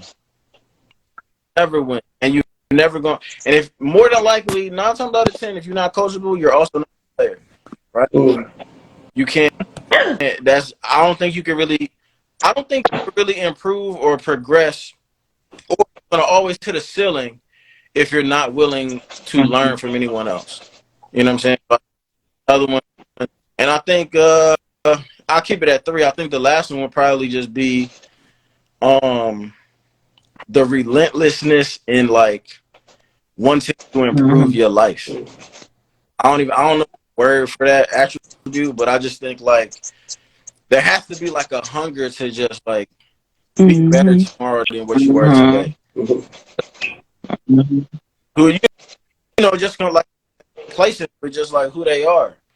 You know what I'm saying? Like, and if you let complacency set in, I think those are the people who use the phrase that's just how I am. That's just, or oh, that's not me. That's me. Like when you're trying to introduce something new to someone or a new technique of doing whatever, and they just be like, oh nah, that's not me. Like that's not a person who will ever think about coming up out of their comfort zone. And if you always in your comfort zone, you always gonna be the same person. You feel me? So like, and if you always gonna be the same, and some people who is cool with that. Like if you cool who you are right now today, if you cool with being that person 30 years from now, my nigga, like that's a Yeah. problem. Like that's an issue. And it don't matter. And it really don't matter how dope you are right now today. Like if you don't want to be no better, if you don't want to make any improvements, like it's like that's you. No, that's a good point because I, just thinking about it, I'm like, we say we fall in love with somebody, that's in the third, and it's like, what are we falling in love with? You know what I'm saying? Like what is love? Like what are we falling in love with? And because it's important to think about the fact that, all right, so like is this person somebody that that is going to want to be open to change, because that's a big thing too. You know what I mean? All right, like maybe you did treat your others like this, but I want to be treated this way. If we're going back to the topic of how do you treat somebody the way you want to be treated, and like a lot of times, like you said, it's interesting. We'll say that like women just assume at times that they just know what to do. Like I know, boy, I got this. You know what I mean? I'm gonna give you this or this, that, and the third. And it's like we have to, like you really have to be open minded to what your partner, what they want, not necessarily because it's cool to give somebody a gift that you want to give them. Because Cherie, she does it a ton of times. She get, like, say for instance, she might get me a shirt, and you know what I mean, I'm thankful for the shirt, but I'm looking at it, I'm like, yeah, you know what I mean? It's not really, you know what I'm saying? But guess what? I put that joint on and I go out and I'm like, damn, that's a nice ass shirt. I'm like, damn, thanks. You know what I'm saying? But like, and so sometimes we'll give somebody something that we want to give them, you know what I mean? But then sometimes we got to give them what they want. And it's like, you have to make sure that you with somebody that you can, that's open to learning you, customizing that love to who you are and not just what they want to give you. You know what I'm saying? So, that's important. And when you looking for somebody, you gotta say, all right, is this, like, what about them is going to make me want to take this long road of getting to know them, or take this long road of them breaking some of the habits that they may have had in the past. You know what I'm saying? Well, And won't that plays into actively listening?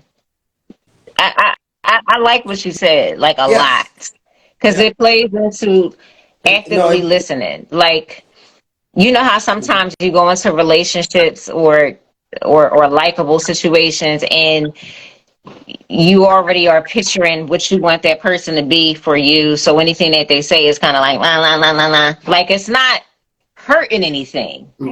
So you kind of like never mind it, but you're not embracing what they're saying. You're not hearing them.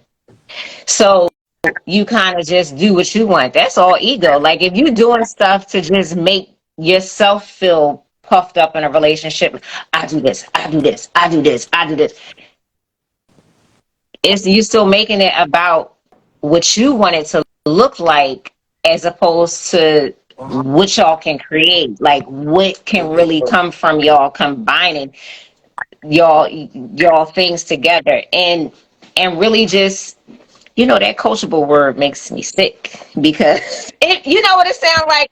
It sounds like I think what you're saying, but it irks my soul, because when you talk about it in relationships, it sounds like puppeteering. Like let me use this soft word to control you real quick. Like I'm not going to sit there with somebody. All right, let me not say I'm not going to. Let me say, if somebody sat in front of me and said, "Let me coach you on this real quick, Jen," I'm gonna be lost. Like we not on the field. I don't know. It's certain words. Just I don't know. They just not for certain times. But I understand what you maybe learning. Let's learn this together, honey. Not coach. It's just. Coachable, teachable. All right, well, teachable. You know what? I feel like we talked about this before. Teachable is a much. Let me help you understand where I'm at. Let me teach you something about me, instead of let me coach you on how I like. It's just something about that. It's just like, yeah, Have you It's just ever played sports, Jen? Jen, time. hey Jen, have you ever played sports? No, no. That's a no. So that's no, because that could be a thing too. Because if it like anybody that's played sports wouldn't really get, you know what I'm saying, as offended by the term coach. You know what I mean? Because look, I'm just saying that to say as a guy, I go to a trainer and she's a woman. You know what I mean? And I'm okay with her coaching me. I'm okay with her coaching me, training me, whatever word you want to use Yeah, it. You know what I'm saying? And I don't feel but offended that's by the it because in environment. sports, I'm used to I having don't a mind it in that. Like all but let me ask you a question. But let me ask you, this is where we gotta make we gotta bring this to the table. Women don't mind getting a business coach. So why do you because want your man to coach you?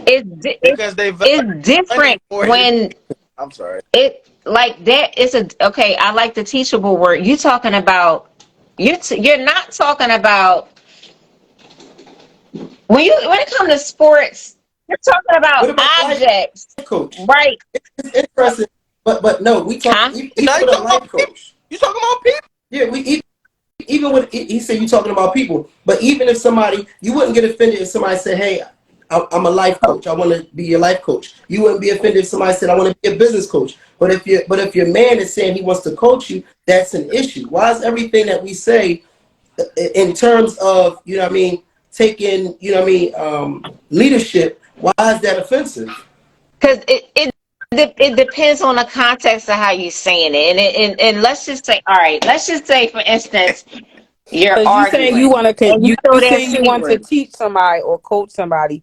It's It don't be in a genuine. It be more so like of a control factor. Like, well, this is what you need to be doing for me.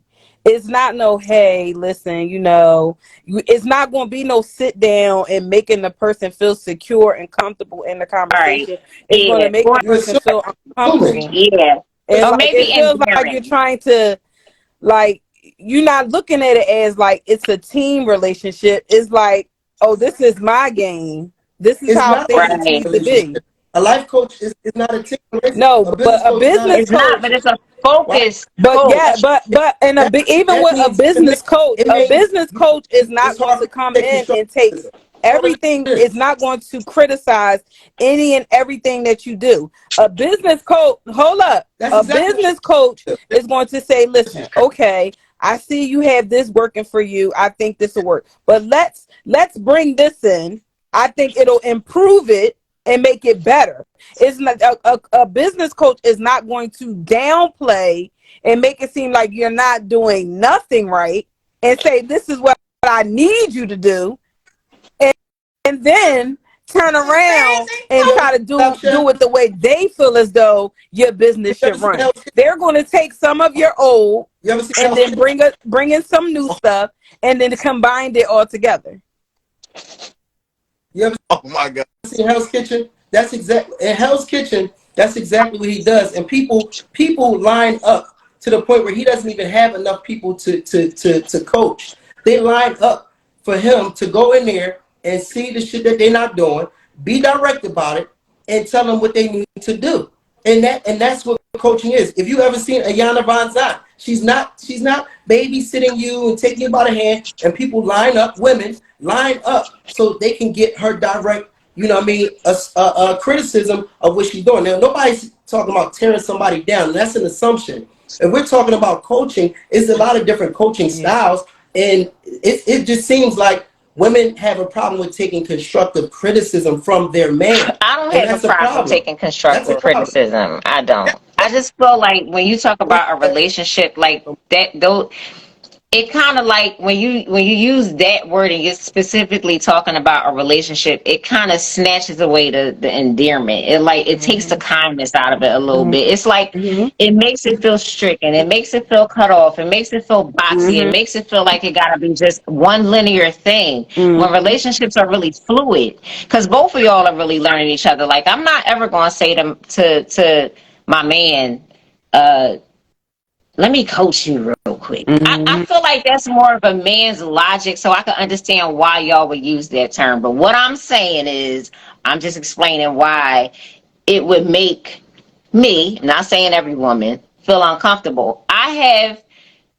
used to cut class a lot in high school to go to sports, so yeah, I don't, coaching, it's okay. But Like, I'm wait, just saying, let's see. like, and I couldn't play sports because I fucked my leg up. I tried to run track first year. I jacked myself up. Couldn't do it, guys. Anyway, so the willingness to be coached, yeah, but we need a different word when we talking about relationships. Like that's just wild. Cause that's Let just me, like you will be hold on, offended if you will be. hold on. Hey, Sheree, hold on. Jax wanted to say something right quick. He was waiting until everybody said something. Then you go right after him. Go ahead, Jax. I thought I was gonna make it through one whole episode without raising my voice. What's and happening? and this is the straw that I feel like is gonna break my back, because this whole conversation just it to me it's a microcosm of the fact that You don't want to damn it, dictionary again. women Microcosm. so women it is this is a small sample size of what really goes on in the world, of the lack of whatever, of the attitude of whatever it takes, my nigga, I'm with it. This just Yes, we y'all That's are. not Yes, we y'all not are. true. But That's it's Hold not on, a let him true. talk. Let him talk. No, y'all cutting him not. off. No, hold on, okay. hold on. We're not Yeah, cutting you're nobody right. off. I'm sorry. Go Everybody ahead. gets to speak. Go Let him ahead. speak. I'm sorry. If one thing that's allowing you to not listen to me, that ultimately, in my opinion, is gonna make our relationship flourish or be better than what it is right now currently, is a fucking word. What are we talking about? I don't get you. This is how much of the whatever it takes attitude it is that I have. You Oh call my it God. whatever Here the you go. fuck you want to call it. Where's my You speaker? want to call it learning, you want to call it tutoring, you want to call it tutelage, you want to call it submission, I don't give a fuck what you call it. Let's do it. I don't give a fuck what it, Angry. even if we call it the blank Here you shit. go. Hey, even I'm not even gonna say a word. Yo, come here for a second, because I wanna you. We can call it that. I don't give a fuck what we call it. Let's fucking Right. get better, my nigga. I don't give a fuck. Whatever it takes. Whatever it takes for me to love you and for you to love Right. me, let's So, do that. I don't give a all right. fuck what So, okay. you So pick then, one. if you were to say to me, let me coach you real quick, and I say, Jackson, let me just tell you, this word makes me feel uncomfortable, and here's why. All I did was present to you. You told me the word that you wanted to use. I come back and I say, well, this makes me uncomfortable, and this is why. So we now can build a bridge on how we can get past that point. Because for y'all to say, it's kind of like contradictory, because you said that women aren't willing, but yes, we are. But there are several languages that go into building a relationship. So if you're going to say that word, and if I feel indifferent about it, then I'm supposed to feel like I can tell you that without you being mad at me, and let's just try to find a different way to communicate what it is that you want me to understand about being in this relationship with you. Because the way we talk is going to change as we grow. It's going to get to a point where I don't even have to say nothing. You're going to be like the Jamaicans, they talk with the eye. I don't have to keep using all these weird keywords and all this other stuff, because now we just in this rhythm. We know each other. Like, it's I have not your fault that I don't like that word, but I have to be able to let you know why I don't like it, because you going to have sensitivities I that got I'm going to have to work around or work through with you. Right. It got to be balanced. I have no problem with that, as long as from that point forward you never ever criticize my ability to not be able to Who you lead. with? Because if at every turn that you basically have to tell me how to tell you something, I am now no longer a leader. And I'm cool with that if you're cool with that. Because you know why? But why does that Whatever have it to takes. take away from you being a Every single leader because of time. a word that I don't feel like like either don't like it Because this is or how feel like it's like You know what I'm gonna like do? You say something I don't like, I'm turning the song on. That's the shit I don't like. That's it. We turn it into a party. We getting over it. But That's but it. That's it. let me make a comment though. I'm gonna take it to. I'm gonna take it further though. I don't even think. I don't necessarily think it's the word. I think it's that you have an issue with black men Yeah, I got taking something. leadership in the household, and the reason why I say that. Hold up, I'm gonna tell you. I'm gonna tell you why. I'm gonna back that up. The reason why I say it's not the word is because y'all let your girlfriends call I y'all don't. bitches. Like I would think that.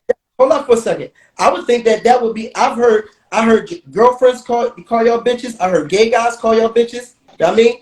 But if a man is saying, but the reason why you don't have a problem with bitch is because you know that you saying, all right, this is a term of endearment. I'll even give you that. But if a man is using the term coach, but his endearment is to us getting better or to you getting better in a certain area, then you should also take that as an understanding and say, you know what? Hey, it's a word that for whatever reason I don't like, but I understand where his heart is because you give your girlfriends that same grace. They call you bitch. You know what I'm saying? Ho, bitch, stop this, that, and third. And the man said, you know what? You know what I mean? And nobody's really going to say, I want to coach you. But I'm just saying, just hearing that offends you. And but you want somebody that can lead. But a coach is a leader. It's nothing offensive It's a lot about of a coach. It's things. nothing that's controlling about a coach. It's somebody that understands and has direction for the team. And you have and women have a problem with black men having leadership over the team because you want to, and that's why we say you want to be the man too. So when you hear that, you know what I mean, that offends you, but you're not allowing a man to lead, but you say you want leadership. I mean, Hey, cause the coach, hey, look, I know y'all don't play sports. I know you do, but I know y'all don't. The ladies, I know y'all don't play sports. But in any sports, in baseball, the manager manages the team. He leads the team. In football, the head coach, he leads the team. He calls the shot. In basketball, the head coach, he leads the team. He makes the lineups. He calls the shot. He leads. And the crazy, ironic thing about leadership, bro. This is how I know.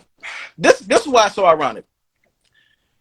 The leader, a true leader, is the fall guy. Is the fall guy when it's not his fault, and gives the credit away when in reality he was the one who won the game. Like, and it boggles my mind how some women say that they want a man to lead, but then they try to tell him how to lead. It don't. Can I Do, ask you do y'all something? So, do y'all really Saint, truly believe that every woman wants a man to just lead? Like you ain't never think about a woman that just wants somebody that's just can treat them like it's not necessarily like an equal thing, but there's no follower and there's no leader. It's just us. Why do it it's always why do it always have to be, oh, because that's what's wrong with you women? Y'all don't want nobody to lead y'all. Y'all don't want nobody telling y'all what to do. No, men feel the same exact way too. Because as soon as we have advice or we have some things that we feel like you can work on, then don't be trying to tell me what to do. You ain't my mom. You're not my mom. And you'll be women to lead. like, I don't know any men that's women to lead them, but I hear women. The majority of women that and listen, I'm just going off of the majority of women that in my personal life that I've heard from conversations that we've had from women here. Women say that they want their man to lead. I've never heard a man that said. I personally never heard a man that said he wants say his woman that? to lead. Did I say out? Women, Did I say that but there's men want their women to lead? I didn't say that. I said there's no leader. But I you said said women don't. I I'm talking said about women no. I that want said leaders. that. Why do You y'all can't tell keep somebody how saying to all women train. want men to I'm lead? not telling my Why do it trainer have how to to be a train. leader or anything? Why can't it just be us? It's a team thing. That's the problem. That's why we always have issues. Women have issues with men saying stuff. Men have issues with women saying stuff. Why can't it just be us trying to figure out this game together as a team? If you got advice for me, I I'm can gonna. respect your I'm gonna advice. I understand your advice. But when I have advice for you, it should be the same. It shouldn't be you don't know what you're talking about because you're a woman. I'm a so I'll man. say this. I'll say in a relationship. I'll say in a relationship, their leadership switches at all times. You know what I mean? I don't have a problem See, the messed up part about it is when a man, you know what I'm saying, and I can't speak for everybody, but in my household, my wife, she leads the house. Like, I'm not getting in her way when she's cooking. I'm not telling her how to cook. I'm not saying you should cook this way, because that is that area in particular, and there's other things, but that area in particular, I can see to my wife because that is her area of expertise. There are times where leadership is going to change. I'm not saying, hey guys, I want it to be equal in the kitchen. I want to cook just as much as you cook. I want to put as much on the plate as you. If two people are doing the same exact thing, That's not what I'm saying either. We have to be I'm not saying that either. strengths. Hold up. We have to have strengths where the other partner is weak, and that's what makes us strong as a team. So there are areas of that a man has expertise in, and is responsible for the leadership in that area. And when he uses his position and expertise in that area, even when he gives constructive criticism, is faced with adversity. And I'm not telling you how to do the things that you lead in. I'm not telling you how to do that. I'm talking about the things I have expertise in. Why is it a challenge when a man clearly has expertise in a certain area, takes a position of leadership, and still gets faced with adversity? Maybe it's just a matter of trying to understand the context, because I think that like both of y'all said something at the same time. It's kind of like when you bring something to your woman, she's not questioning your leadership. She's questioning what the hell you talking about at the time.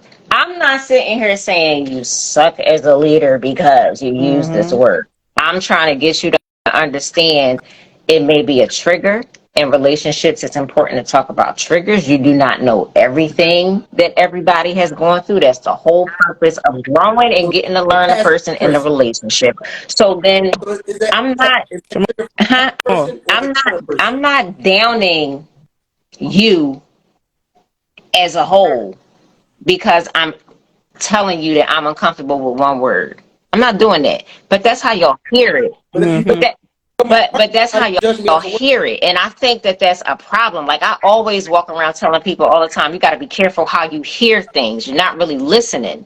I'm not trying to down you, but I feel like leadership has been something that our whole community has suffered. I feel like because, like I said, our community hasn't been given room to really flourish, right? So even in those aspects, where there are other people and other nationalities that are leading, even if a black man is doing his best, somebody from one of those demographics is going to do what they can to make him feel small, right? And that affects how he comes home. So say all right, so my older brother is what do you call him? Electric engineer. God damn it. No. He works. He has a very high corporate position, right? College, all of that. Just moved to a different state and everything. However, those people that he work with that are white will do anything that they can to make him feel small. So even though he knows that he's not, you deal with that to keep your position. You deal with that to sit at that table because eventually you're going to bring more black people on that can work directly under you. But then you go home with all of that shit on your mind. And then your wife comes to you. You come in the house. This is not their situation. I'm just being hypothetical when I say this part. She comes into you, and you say something to her, and she's had a good day. But that tiny word that she said triggered you about something that they offended you at work. And now she got to deal with it. Because the understanding that they're always going to try to pull down on black leadership is nobody's fault, and that's the problem. It's not. It's a mindset thing.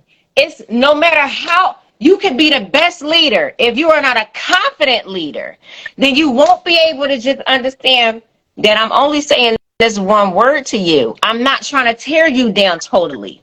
I'm just bringing this one thing to you. And to you, you hear 100 things. And I'm not even saying that. I'm just saying right here in this moment. Oh wow, that made me feel really uncomfortable. You okay? Mm-hmm. Yeah, okay. What you talking about? And I don't even understand why you upset right now. I said one thing. It's a gap in the way we communicate and understand each other, and our leadership suffers. It's not. I want to be led. How many times y'all hear me come on the live saying that?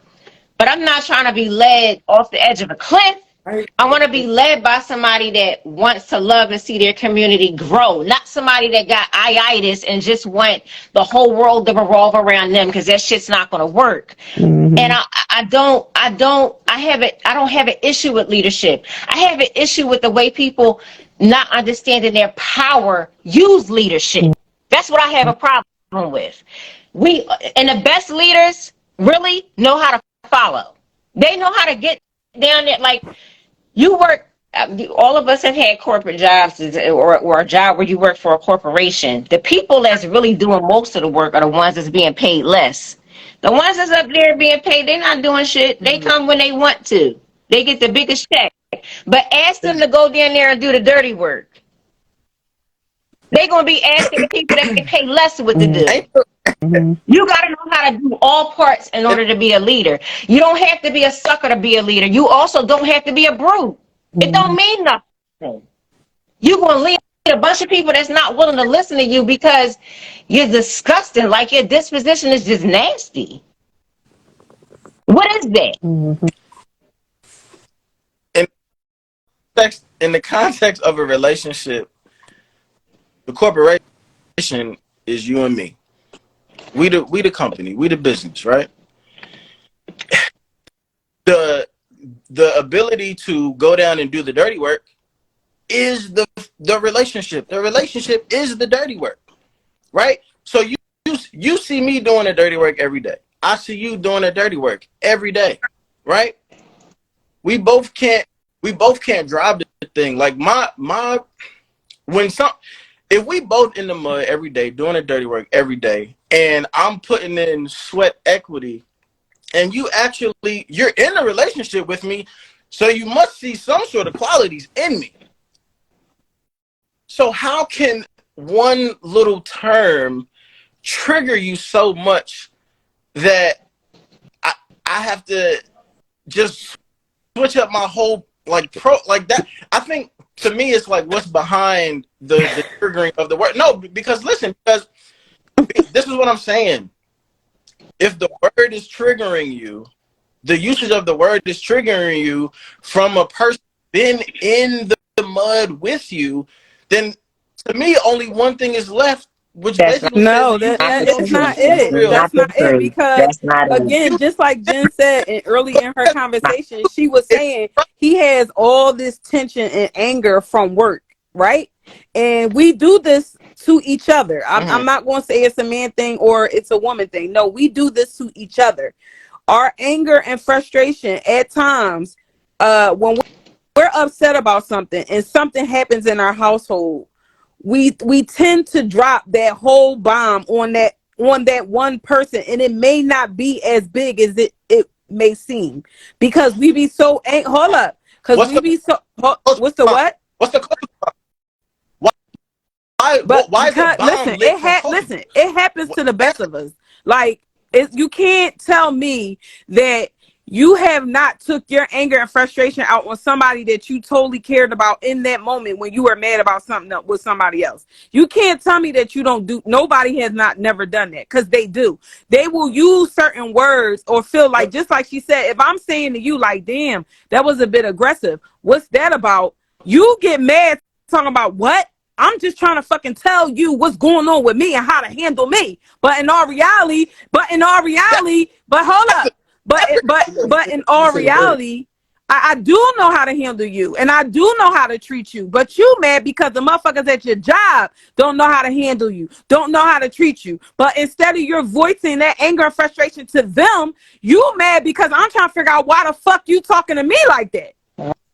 Right.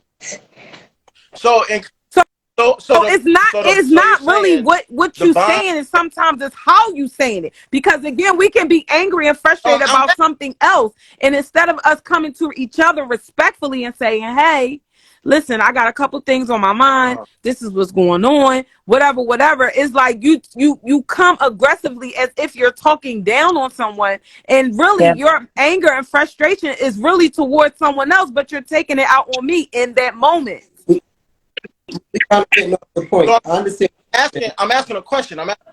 So I'm saying in the scenario that we're talking about, Jen, are you saying that the bomb that's been lit over Coachable is from work, or is the and this is my whole thing, is the bomb lit, because these are two totally different things, is the bomb lit from me using the term coachable, is that because your bosses at your job are continuously saying coachable, or is the bomb from the term coachable being lit because society and all the conversations and all the observations that we have of women talking to each other about relationships and dating is stemming from the fact that women don't really want to allow a man to lead them because they're afraid that they've picked a man who's going to lead them off a cliff? Those are two totally different things.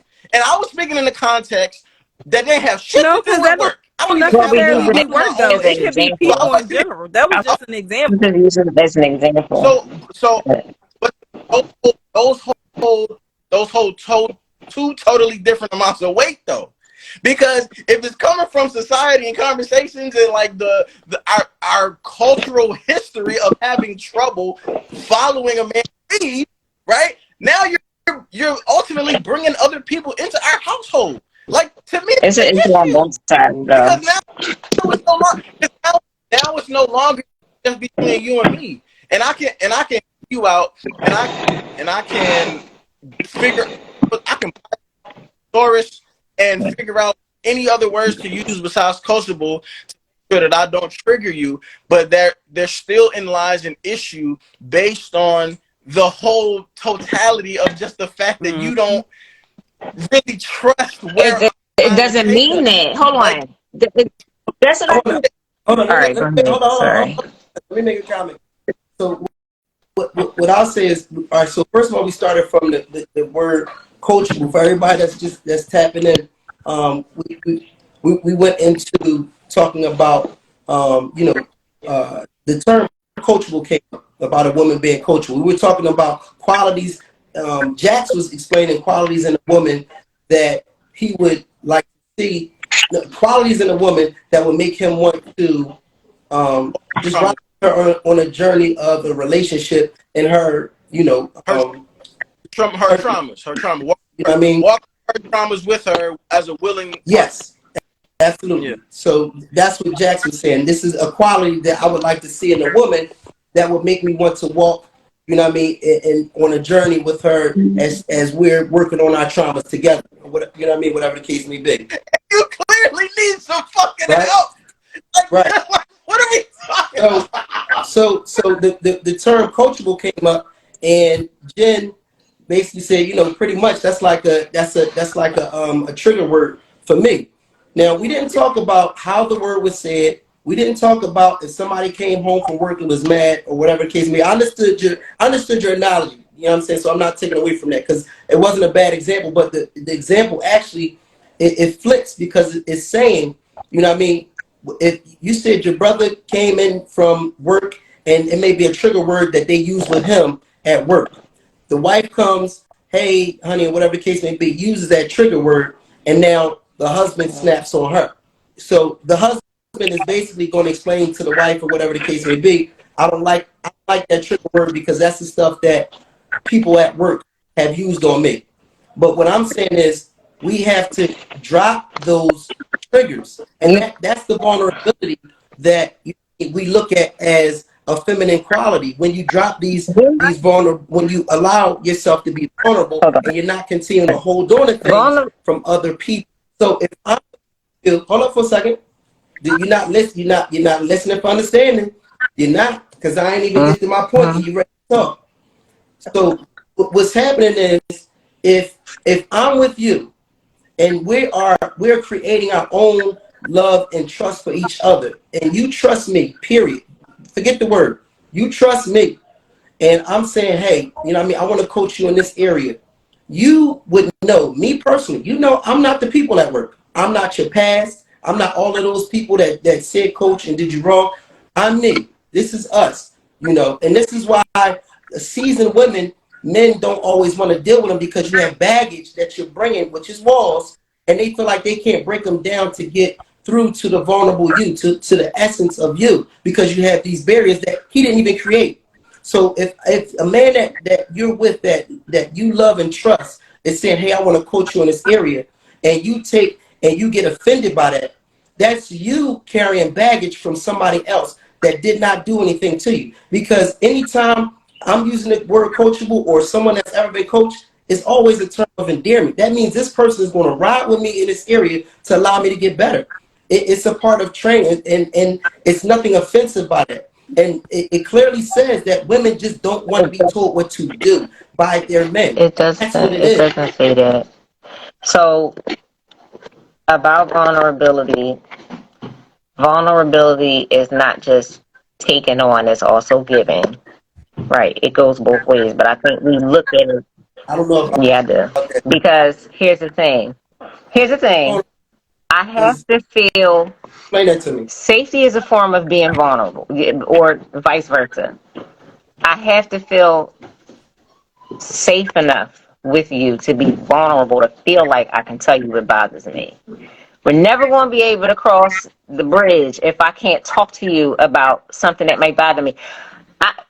I said the word coachable bothered me from when I was doing insurance. That's exactly what I said. It just rubbed me the wrong way. And I told them that. I said, I let them know why it bothered me, right? My leadership team. They never stopped using the word, though. They respected why it bothered me, and I respected why they used it, and that's it.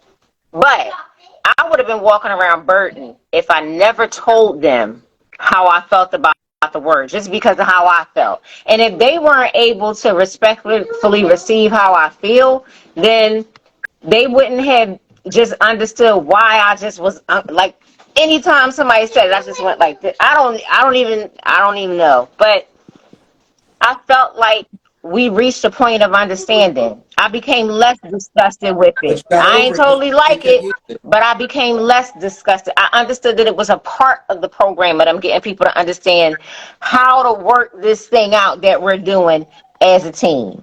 If I'm saying it to you, I reacted when I heard that word coachable. I had a flashback, and when the day I told them I couldn't stand it, and I said, oh God, that word get on my nerves.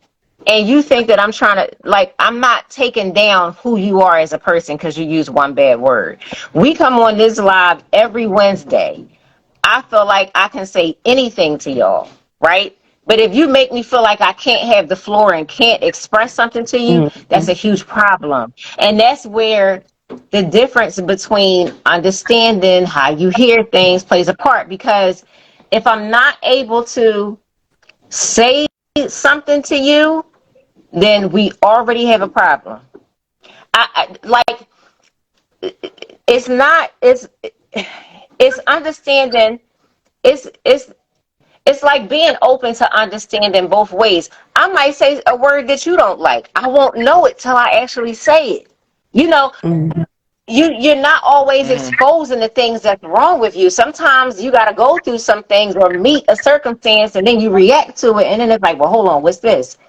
But you got to be sensitive to how it's affecting a person. That's all of what I'm saying. I'm not saying that you're wrong or women don't want leadership because you use one bad word. All I'm doing is talking to you because as a leader, I respect you, but I want you to understand this really bothered me. And maybe because I'm so close to you, I can talk to you about this and you might break it down to me better than anybody because I'm intimate with you. I'm closer to you. Maybe you can explain it to me in a way where I'll never have an issue with this word again. But if you feel like I'm trying to break you down, we already both on the offense. Like, we're not playing together. That's not right. This is ironic. This is ironic because, like, I understand what you're saying when you said it that time. What happens when you explain why that word makes you feel a certain way? and I hear you out and I understand it.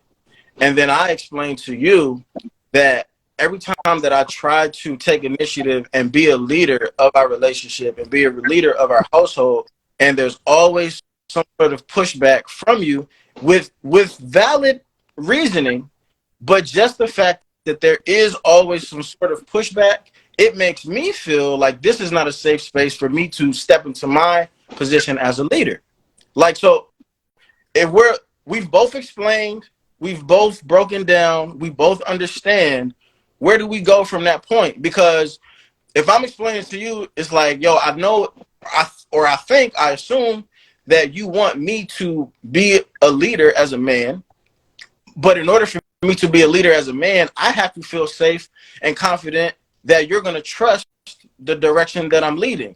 And by the fact that you may just be expressing something, but the way that I'm interpreting it, the way that I'm receiving it, it feels like, right, because that's a popular phrase, it feels like you're questioning every one of my moves. So now me loving you, respecting you, I don't want you to feel as if I'm not leading us in the right direction. So should I just not attempt to lead at all?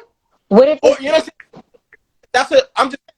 That's a tough situation to be in, because even if we're having like this super cordial discourse back and forth and we both understand one another, we're still in this standstill because I want to lead, but you don't necessarily, like, you're not comfortable in every way that I lead. You're not breaking me down as a man. You're not saying that you're not saying that I'm a bad leader, but there are little chinks in my armor, because if there weren't, but I want to follow. So I'm sorry. Go ahead.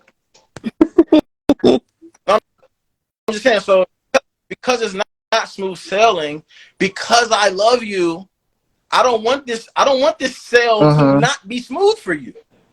So maybe the way to make this smooth for you is for me to just kind of like, you know what, let me just fall back on being coachable, or trying to be her. I don't even want to be your coach no more.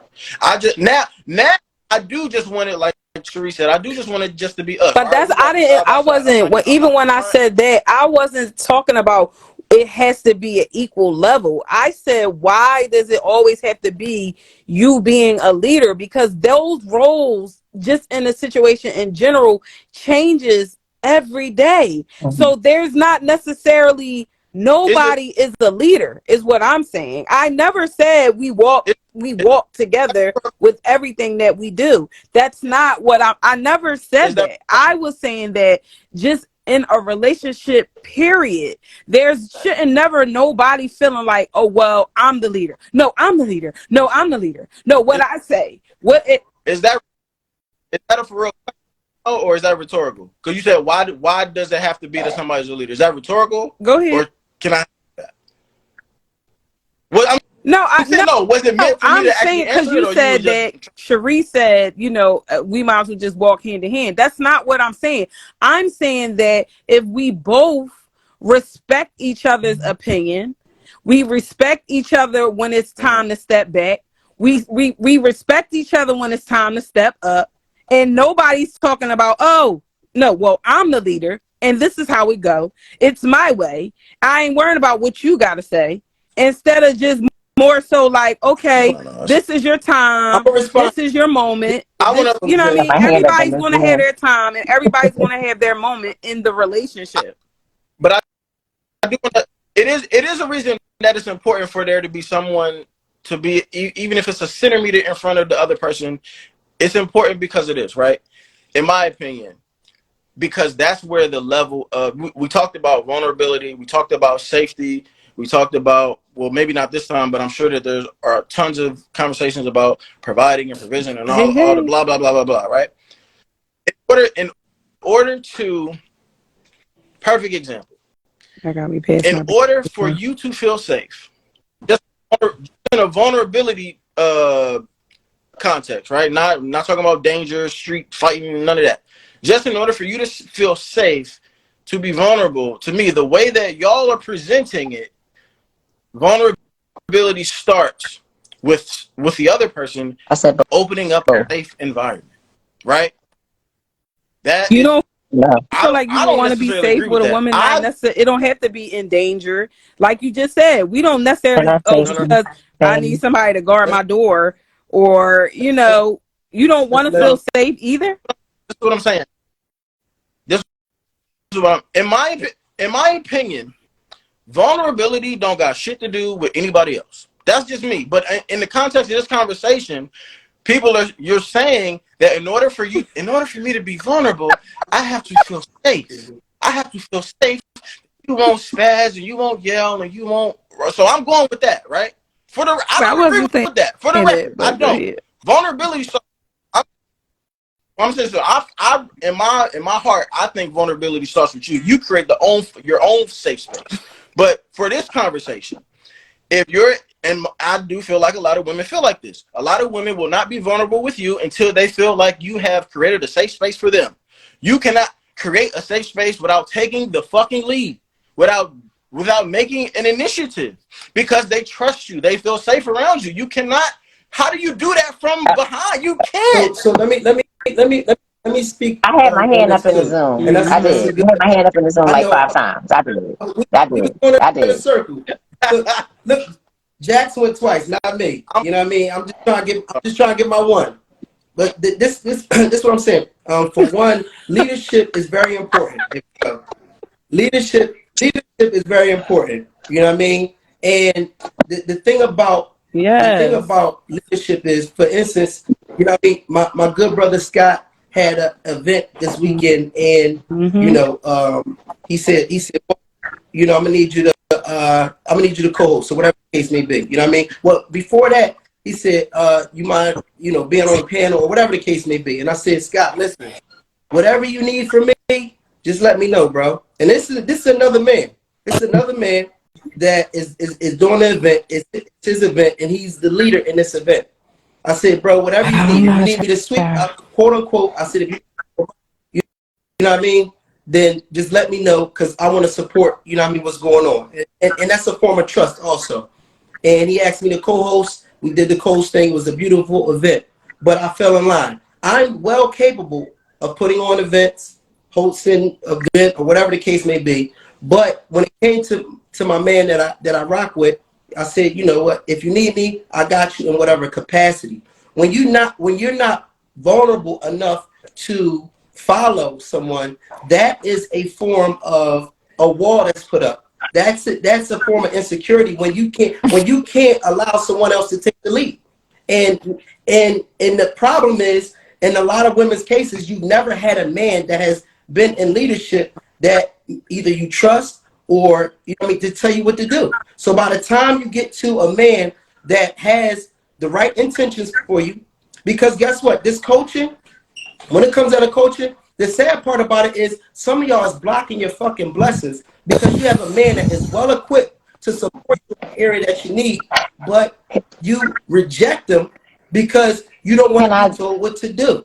And at the end of the day, I've seen women that can take that have leadership and can take leadership. They're not trying to be side by side on every aspect. And those women, to me, they look far more superior and more stronger than a woman that fears, you know what I mean, being agreeable or submissive or taking a following position to her man. And to me, that is a form of weakness. That is not strength in my eyes. Strength is when a woman is like, listen, my man, he say he need XYZ, I'm gonna hold it down.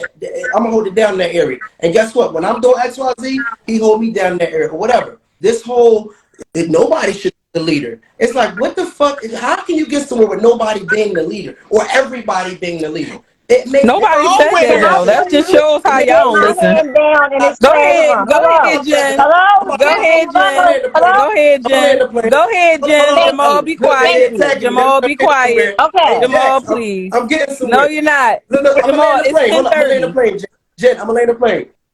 Look. So I'm gonna land the plane. By virtue of the fact that you're in a relationship with me, that should be the motherfucking qualifications alone for me to be trusted in a leadership position. Now you with me, I'm fucking. But now you're like, oh, hold up, you gotta prove Can, to me you can leave. You can fuck, you can stay here. You know what I mean? You can put your feet up on it, But I don't know about how your leadership skills. You got to Why prove that to y'all me. hear it? You get this pussy, It's the way know you're you a leader. hearing it. Yeah. It's the way you're hearing it. That's a problem.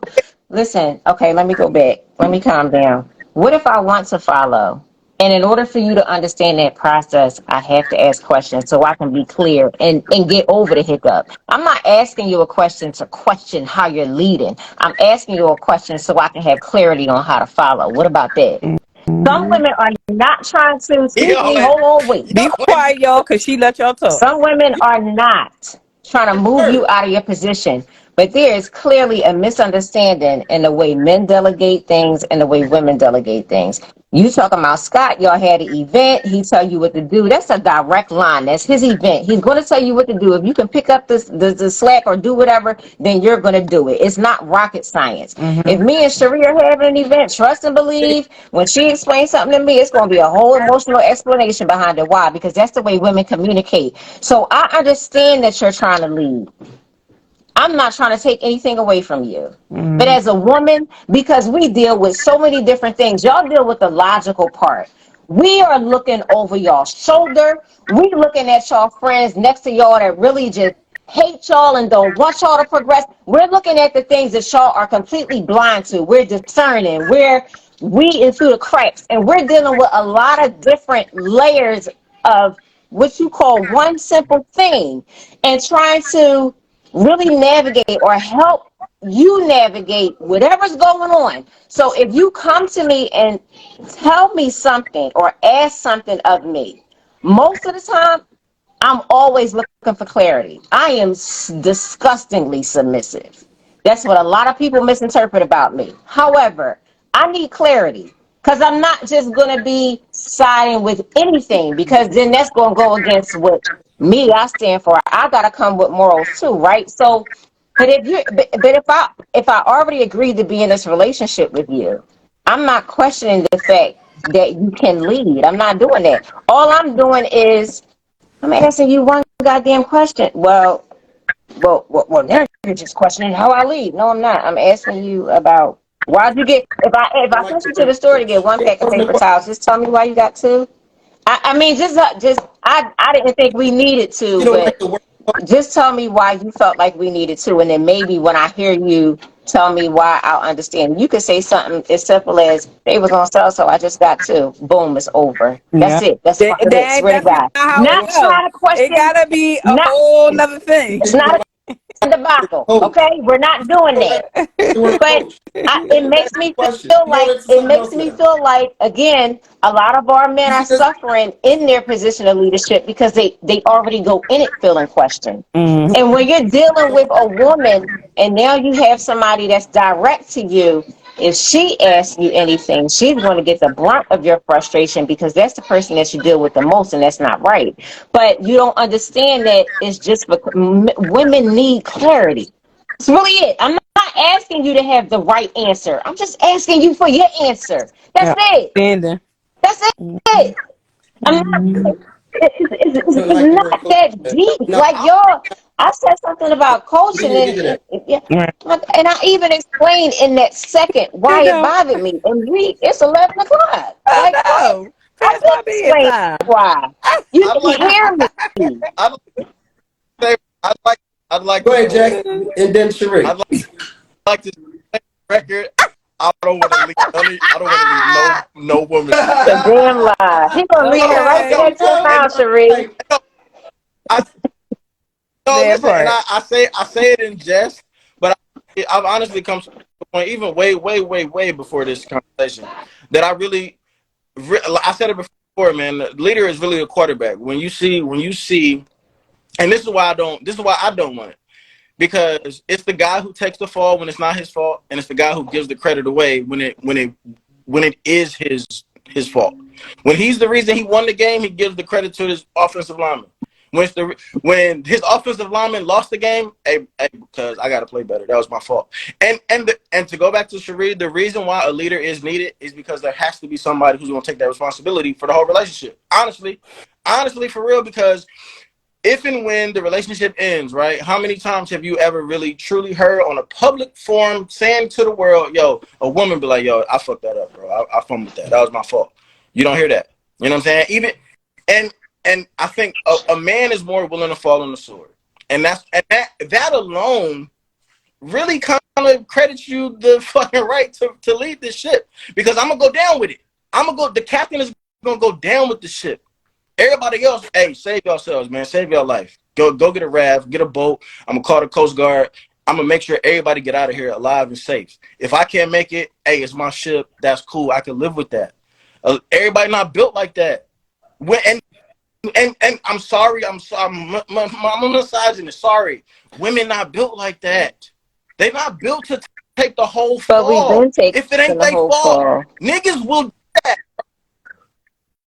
Men is going look. If we going somewhere in this old days, no GPS, and I got to print out MapQuest, right?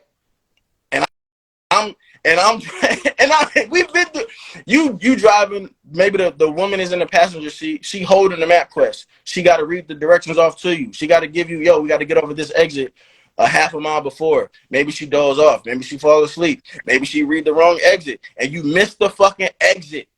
She not going, oh, that was my fault, babe. Damn, my bad. Some way, somehow, it's the nigga in the driver's seat. It's really his fault. Why is it your fault, nigga? Because you behind the wheel, That's bro. not always the It don't case. Not it the don't even case. matter. That's not always the case. No, I'm saying, Jax. what I'm saying is that this is Okay. the mind of a man. If I'm behind the steering wheel, if I'm driving the fucking car, at the very end of the day, all of this is really my responsibility. All of it, for real. I should, because at the end of the day, because look, this is how accountability works. At the end of the day, my nigga, no, real rap, I should have printed 2 copies of the MapQuest. I should have. Because if I'm a really, really good leader, I should have had a backup plan. I know you my co-pilot, but I also know you well enough to know that, you know what, you might fucking doze off over there. But Maybe I'm gonna add maybe Jack. I want you to add this. I just want to throw this so you can add this. You use the analogy of a divorce. Use the analogy of, you know what I mean, a broken relationship where a child is involved, and the responsibility that goes on the man when those two things happen.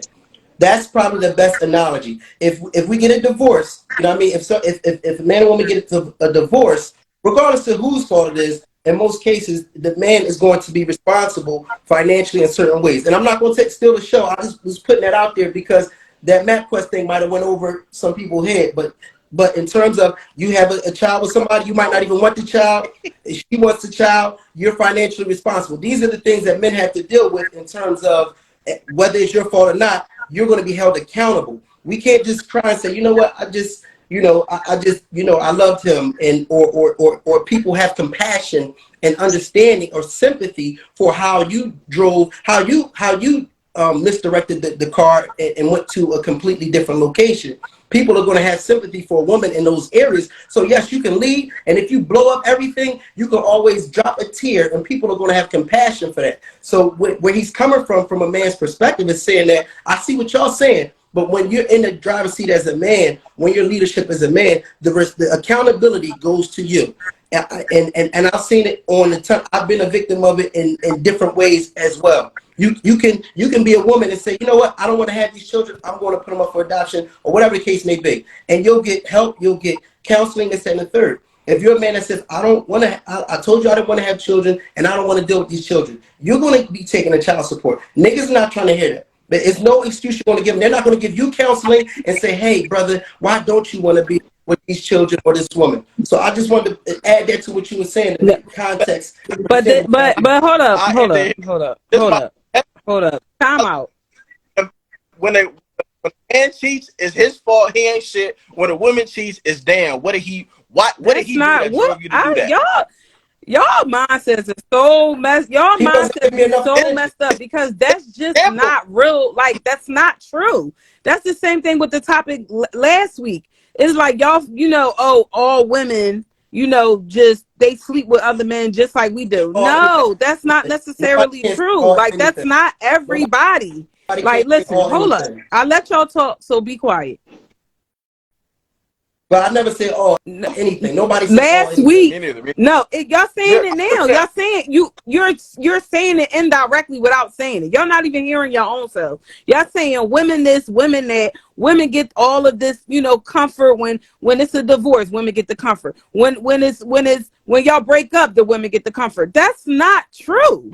That is not true. Same thing with the kids. That is not true. People make decisions because they choose.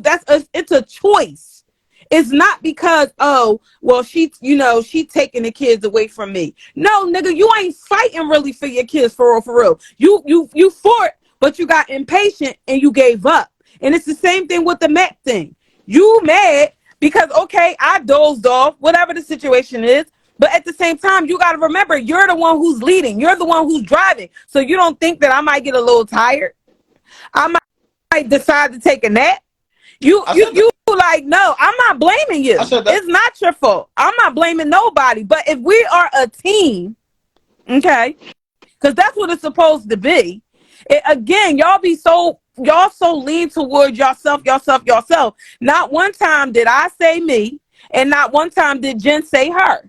She said we. And it still ends up, hold up.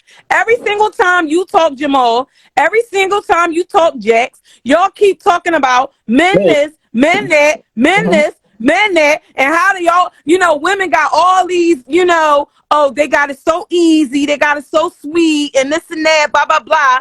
But all I hear y'all talking about is y'all. But when me and Jen talk, is we. But you keep saying that all we talk about is what we need and what we want. I ain't say that not one time. And neither did she. No, Jamal. Y'all keep everything. You can even read it in the comments. Read in these comments. Y'all have been generalizing everything y'all been saying this whole entire time. I'm not worried about the comments. What the analogy was to explain from a man's perspective. If that offends you or whoever's in the comments, that's your fault. I'm talking about from a man's perspective. Stop trying to understand being a man without listening to what we're saying. No, but when we talk from a woman's perspective, you like, that's your problem. Y'all want to just be like us. Why can't y'all just let somebody lead? That's your problem. Y'all don't want nobody to lead y'all. Y'all don't want to listen. But again, what Jen was saying early on, where she was basically saying, like, it's not that we don't want that. If you say something that's either uncomfortable or triggering, why can't I bring it to your attention and say, listen, I understand what you're saying, but why do you have to say that? Or what do you mean by that? That's not taking away from what you're saying or how the conversation is going. Or what if I say, you know what, I understand you. What if this is where stroking somebody's ego comes into full play, because it's necessary at sometimes. Honey, I understand what you're saying. I understand who you are as a leader. I'm not knocking you down at all. I just need to understand this one tiny part. Just break this down for me, because I struggle with this, and I didn't realize I struggle with it until you said it. You still gonna get mad at that? Like, it's about a point. It's about a point of understanding and just wanting to understand. Women need more than logic to understand. Sorry, I mean that's how we do it. So if it's a matter of, I'm not going to another fucking dude asking him what you met. I'm coming directly to you, because you are my line of defense. You're my wall. You're the person that I'm the closest to. You're the person that I'm building with. If I go question another dude about something that you told me, that's completely out of line. But if I bring it to you, it's still a problem.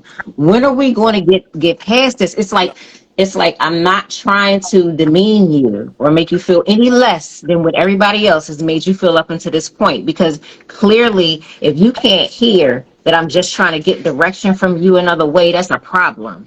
And I'm trying to get direction having you lead and wanting you to lead. All I'm trying to do. Not one time am I saying, when we first started this conversation, how y'all started explaining coachability helped change my mind about why I'm disgusted about it, or was disgusted about it. But you're not even able to see how effective that tiny part was, because me letting you know that it was an issue became bigger. And And that's not You really also what the point was. Because I said why it irritated me and the explanation all in one sentence, and an hour and a half later, it's like it's still, you don't understand that I was just being expressive. I'm not trying to take anything away from what you said. I'm just trying to put more understanding there. Even if we can agree to disagree and be happy at that point. But when women are questioning, women ask questions. Women are incubators. We need information. We need to sit on stuff. We need to make sure that we're absorbing it right, because some things men are just not going to pick up. And that's where our strength, you talking about our superpower, that's where our strength and power comes from. That's how we actually ride for y'all, knowing everything. So if we can't come well directly there. to the person that we call ours or our partner, then I don't want to go nowhere else. I don't want to go nowhere else. I want to come to you for clarity. Mhm. I'm not trying to cause Will there ever War uh, Five. I just want you to answer the damn question. I Just have a help me understand it from your perspective. I have That's a it. I have I have a genuine talk about I'm questions. These are great. crying. I have a genuine question, right? No, for real. Like, saying what you already said, and I do just want to point out for the record, when we first said it, you said, accountability, I don't like that term. But the way that you said it just now was a total polar opposite. But my question is, saying what you just said, how women are going to always just want to get more details, more clarity, so forth and so on, right? Understandable. But will there ever be a point in time, you think, with that mindset, where you will trust your man enough to just be like, yo, if he says something, Yes, like it you has just That's fucking what like, I all right, bet, said. I We got get to the point where we just to do talking. it. I like the Jamaicans, because now at this point we've had so much dialogue Hmm. about these certain issues. Finishing your sentences is like second nature. Finishing your thoughts is, I already know what you're thinking. You 10 feet away from me. I know. you. I got it, babe. I got Right it. now, is You that know. okay? So, I, wait, I Yeah. have a great follow up question though. Is that Yeah. truly leadership Yes. then? Like because it's everything with me is right. Where's the stop sign? I can't. Is it truly leadership when we've already made the decision for real? You know what I'm saying? So like, I'm really not. That's kind of what Cherie is talking about. Like, if you've had so much, and I'm not saying that this is the wrong way to do it. I'm just asking a question for a conversation. Cherie said, like, I didn't say walking that. side by side, right? Okay. You keep If saying I you've said that. I know. if paraphrasing, why the question was like, why does somebody got to leave? Why can't it just be us, right? Paraphrasing. Sorry. But if you've had so much dialogue and so many conversations and so many questions, I'm making a suggestion, you question it, I'm explaining why it makes sense, and you saying, oh, okay, that's cool. Like, we've had years of this dialogue. So really, I really didn't get a chance You to did get really a leave chance to for Well, leave. Why do you real. think you Like, you know work what I'm on saying? stuff? Why So, why do you think okay? so Why do you think you do things to I your didn't car? Do you I think didn't that people just drive cars, or do you feel like it needs a tune up? It needs brakes change. It need those different things, those different outlets that you have to do to your car to keep it going and keep it rolling. So it's the same thing with your relationship. You gotta ask questions. You gotta inquire. You gotta make changes sometimes. Everything can't just stay the same all the time. It can't just stay right, one way. right, but okay, It well, has to do something just, different. just to go off. So And it's time to go let to me just add debate this. now. I just want to add this real Why your quick, hair out? and I think this is where the challenge comes in. Is because in particular, men that have been coached before, that have, you know what I mean, followed leadership. And like you said, to be a good leader, you have to be a good follower. So for men that have been in following No. positions, you know what I mean, asking a lot of questions is like that is almost disrespectful. Like, so even we could take sports, we could take the military, we could take any situation where you're following leadership. Everybody knows Karate Kid. Karate Kid, right? You know what I mean? You can take learning how to do karate, boxing. You know, what happens is with men, how we learn, and this is probably where the friction comes in between us, because you're saying women need to know everything. So with men, and I'm just, again, I'm speaking from a man's perspective. With men, and if that affects anybody, then that's, you know what I mean, that's personal. But with men, when we have been in a following position, whether it's been in sports, whether it's in combat, whether it's in whatever positions that we've gotten, asking a lot of questions is a form of disrespect. It's interruptive, and it slows down the motion. So I'll give you an example. If we're in battle and the captain tells me to go right flank, and you know what I mean, he tells me to grab my bayonet and go right flank, then I have to move on that. He doesn't have time when we're in battle to explain to me, if I have a question like, Cap, why am I going right flank instead of left? That it can get us all killed. It slows down the mission. It's disruptive to a degree. Although I do understand what you're saying, I'm just saying where this is probably where some of the friction can come in, because it can be taken like you're undermining, you know what I'm saying, my direction, if I know that we're going in the right direction and my intent is for us to both win in whatever this small area is. So it could be whatever it is. So that's where sometimes that comes in. So hearing from what you're saying, okay, we need to know questions. I understand where you're coming from. I do, genuinely.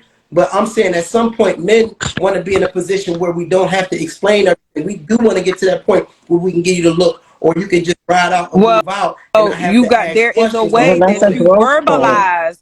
That's when you work on how you verbalize something, that it doesn't have to get questioned. And that's the issue with a lot of men too. You don't know how to verbalize something in a proper manner for somebody to have a clear understanding. So when you say certain things, it becomes questionable. And that's something that y'all can't handle. Because it's like, okay, if I'm inquiring or I'm asking, like you say something, and I'm like, okay, so what do you mean by that? So because I'm asking you what you mean by that, you're offended? No, I'm trying to get a clear understanding on what you mean. Because our problem too is we make assumptions. In my mind, my definition for a word that you use might mean something, but it may not mean that way to you. That may not be what you were trying to say. So before I assume, before I blow up, before I make something bigger than what it need to be, I'm gonna ask, hey, so what do you mean by that? I don't quite understand where you're coming from when you're using that word. So can you give me a better understanding what you mean? So instead of you looking at it as, oh, it's being disrespectful or offensive, it's like, okay, well, maybe you don't understand what I'm saying. Maybe give you a better understanding of where I'm coming from. Because I could say, well, why are you calling me a bitch? And you're like, what? I'm not even calling you no bitch. What I'm saying is this, because words do hurt, and people can use certain words and you can take it in the wrong way and it can turn into something else. So us asking a question about certain things, because it's not all the time. It just seems like it's all the time, but it's not. But it's nothing wrong with saying, hey, can I get a better understanding of what you're trying to say or where you coming from? And that's where we lose it at, because it's okay for y'all to question us on what we're saying. We got to give you all the explanation in the world when you don't understand. And it's okay with us. We'll sit down, give you the whole breakdown. We'll give you a whole vision board. We'll do all that just to give you a clear understanding, to make you comfortable and secure in this relationship and in this conversation. But when it's done to you, or when it's done to men, they feel offended. And now it's a problem. And also, I feel like maybe it's a point of understanding. This goes back to when we was talking about understanding your partner and the willingness to understand them as a whole, how they relate to you.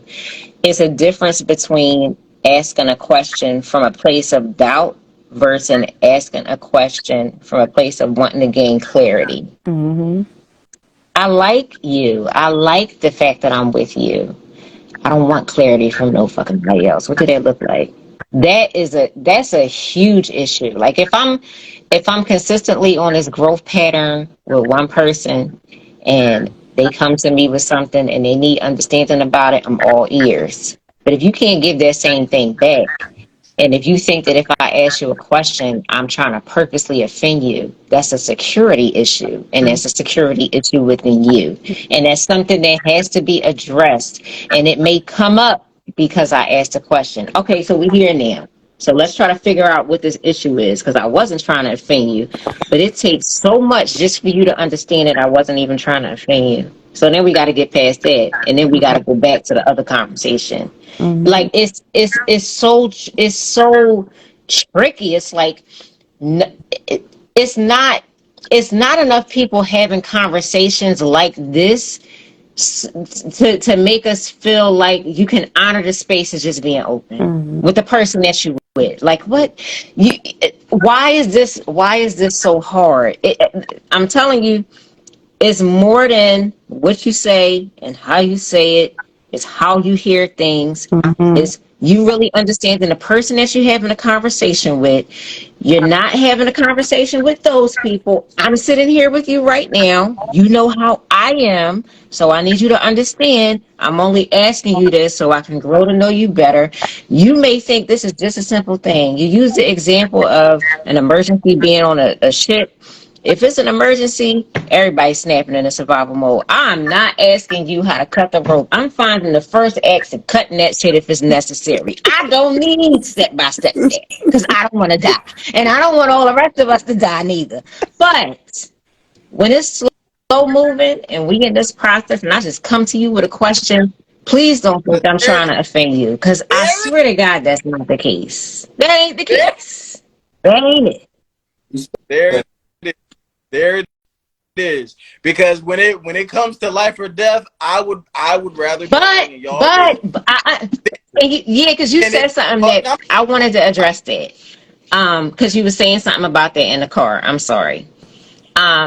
It makes me feel like I understand. It's almost like you let yourself down as a leader. It's how it was saying to me, because what you were saying was about the map. Maybe I should have printed out too. And it's like you beat yourself up. So it becomes like more of an internal battle because you want to take on the leadership role. I understand that. But it's not taking anything away from you if something slipped. It's just a matter of, you know what? We messed up. We messed up, but it kind of it is though. It kind of is, because like what it does, again, from a male perspective, right? And it can be wrong, whatever. Like I'm sure y'all gonna say it's wrong. But from a male perspective, right? We've been our whole lives in terms of relationships and dating this is what women like. Men actually listen and pay attention to what women say that they want, right? Most women, not all, hey, not all. Most women say that they want a man who is a leader. Most men say that they want a man with leadership capabilities and leadership qualities. Most women say that they want a man where they can kind of just ease back and chill and they can let him lead the show. And I've been hearing this for decades, right? So in that sense, yes, if I didn't cover all of the bases and our team lost, that is ultimately my fault. And even though you may not look at it in that moment as it being my fault, at the end of the day, right, what it does, it's a little bitty chink in the armor that actually may cause you to not have as much trust in me in next year than what you had in me at the time of that car ride. That's all. Like it's so small, it's so minute that you may not even think that you lost trust in me in that moment. But a year from now, it's something that might click up there. And that's, as a man, as someone who wants to be a leader, wants you to look at me and admire me as a leader. Because if you admire me as a leader, you'll respect me more. You'll listen to me more. You'll be more trusting of me because of the fact that you like, yo, my nigga, that nigga know how to lead some shit. I can't afford to lose that. Process, right? I cannot afford, because again, ultimately, if I lose that today, I'll lose you 5 years from now. And ultimately, that's what I don't want to happen. So that's why we take it, as Mom said, is a little bit of disrespect, because we might take it as disrespect, but it's really like, damn, like I fucked that up. I fucked that up. And I can't, and I know the scope of the land, and I know the scope that how most women are going. They have y'all remember everything. Y'all smart, intelligent, don't forget, great memory, all that shit that y'all say that y'all got, right? Y'all got that. So it's a Rolodex of all of the good shit and all of the not so good shit that this nigga has done when it comes time to think about marriage. When it comes time to think about if I want to do this serious, when it comes time to think about, is this the man that I want to spend the rest of my life with, bro? All that shit count. All of it. Jax, I'm gonna get you a All girlfriend. of it counts. Yes, please, God. Please He's don't. so I angry. don't want to be. And the crazy thing is, bro, I don't want none of this responsibility, but I can't escape it. I can't escape it. Why would I want to be responsible for a whole nother adult human being? I don't want that shit, but I can't escape it because God gave me a That's fucking true. being. What I am I? don't What am think I that's to do? true. I don't think that's true. I think Who you gonna really? This might be rhetorical for y'all. Y'all might not want to answer, but who you gonna? If you got two dudes, they look the same, they the same height, dick the same, sex the same, money the same, all that. One is the leader, one ain't. You telling me you gonna pick the one who yep. ain't? Get the fuck out of here. Jax, Nowadays, I got somebody Jax, for you. and this is my Yes, No, I do. in my opinion, in my opinion, Don't tell me what I got, in Jamal. my You don't know. opinion, You don't know nobody. I know everybody you got. So Don't do that. anyway, but one of the good that really shows this, and we battle, and maybe we probably could like break down this movie in one of the lives. But one of the movies that we battle with is Acrimony, and in Acrimony, ultimately, the guy was with his wife, and he was brilliant, but he was fucking up. I mean, I gotta say, he was fucking up. He lost the house, No. the nigga, the electricity, and she was right. And finally, she was listening to her sisters and whatnot, and they told her, girl, you needed to get rid of this nigga. She loved him to death. They loved each other. He loved her to death. Got rid of him, and ultimately, when she got rid of him, you know what I mean? She got the divorce. He said, just take whatever, you know what I mean? And ultimately, as he moved on with his life, that brilliance and everything that he was trying to, when he was with his wife that was failing, that was a part of his growth process, and he ended up actually hitting the motherfucking idea that he was working on that was failing and fucking everything up. It hit, and when I say it hit big, it hit huge. And by that time, you know what I mean, he had moved on, but what he did was he came back, he bought the house back, he cut her a huge check, and at that point, she wanted to be back with him, but he had already moved on. And so she had gotten obsessed with getting him back, and he had already moved on. Now, he done gave her, a handsome amount of money. Even the judge said, you don't owe her this much. And he said, no, she was there for me from the bottom. For me, I owe her this. Got the house back, everything. And now that she saw him in this position, he had went through his growth phase and he had moved on. It hurt her to her soul that she let him go. So I'm just saying that to say, even with leadership, and some of us will, criticize men or whatever the case may be for their lack of leadership or whatever, but it is a growth process. And sometimes, men we're going to fuck it up. And this is anybody, women also. You're going to fuck up until you hit big. And when you're choosing that person, like you said, we hate to use the word potential, but you're choosing somebody that you see something in. You see that brilliance. And she saw that, but maybe she forgot about it. It takes a process of time in that leadership. And a person has to have room to fuck up. And ultimately, when a man decides to coach in a house, first of all, for me, coaching means caring. On some real shit. Coaching means somebody gives a fuck. I got coached in multiplication. I was horrible in math when I was in the 3rd grade. And a teacher, Mrs. Davis, God rest her soul. She was about 70 years old then. She took her time to coach me in math. And I got to be one of the leading math students in my class because of her coaching. She cared. That's what coaching is. I know it may have gotten misconstrued. Initially, we were talking about the word, not how somebody said it, not bad intentions, not bad decisions. We were talking about the label, the title, coaching. To me, it means caring. But what I'm saying is, it's a process that people have to go through and within their leadership, and then they hit, and when they hit big. And some people have seen that, and that movie is very brilliant. How is the Tyler Perry movie? I'm not a huge fan of all his movies, but this one in particular is the shit. And I would urge y'all to look at Acrimony and tell me how you feel about it. You know what I mean? I'm not gonna give up the whole thing, but ultimately she did just what y'all said. Got tired of his weak leadership, so to speak.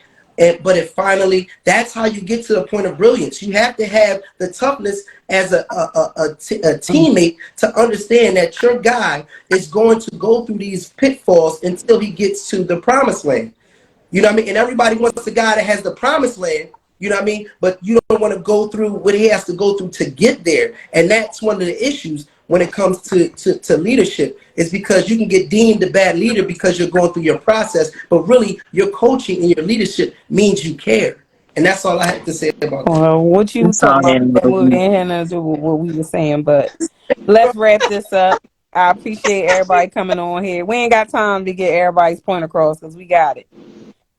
If anybody that just joined missed this, the link will be in my bio. You can watch it on our YouTube channel, the full episode. I appreciate everybody coming on here as usual. Jack, I need a Jen, drink. I love y'all. I'm about to go take a dummy, take my ass to sleep. Y'all want me to talk about things. This conversation was like a lot. We are going on almost after 12. I mean We're 11. improving. We're improving. Don't I do gotta that. go to work Stop, tomorrow. Celie. I Hey, gotta go to stop. work tomorrow.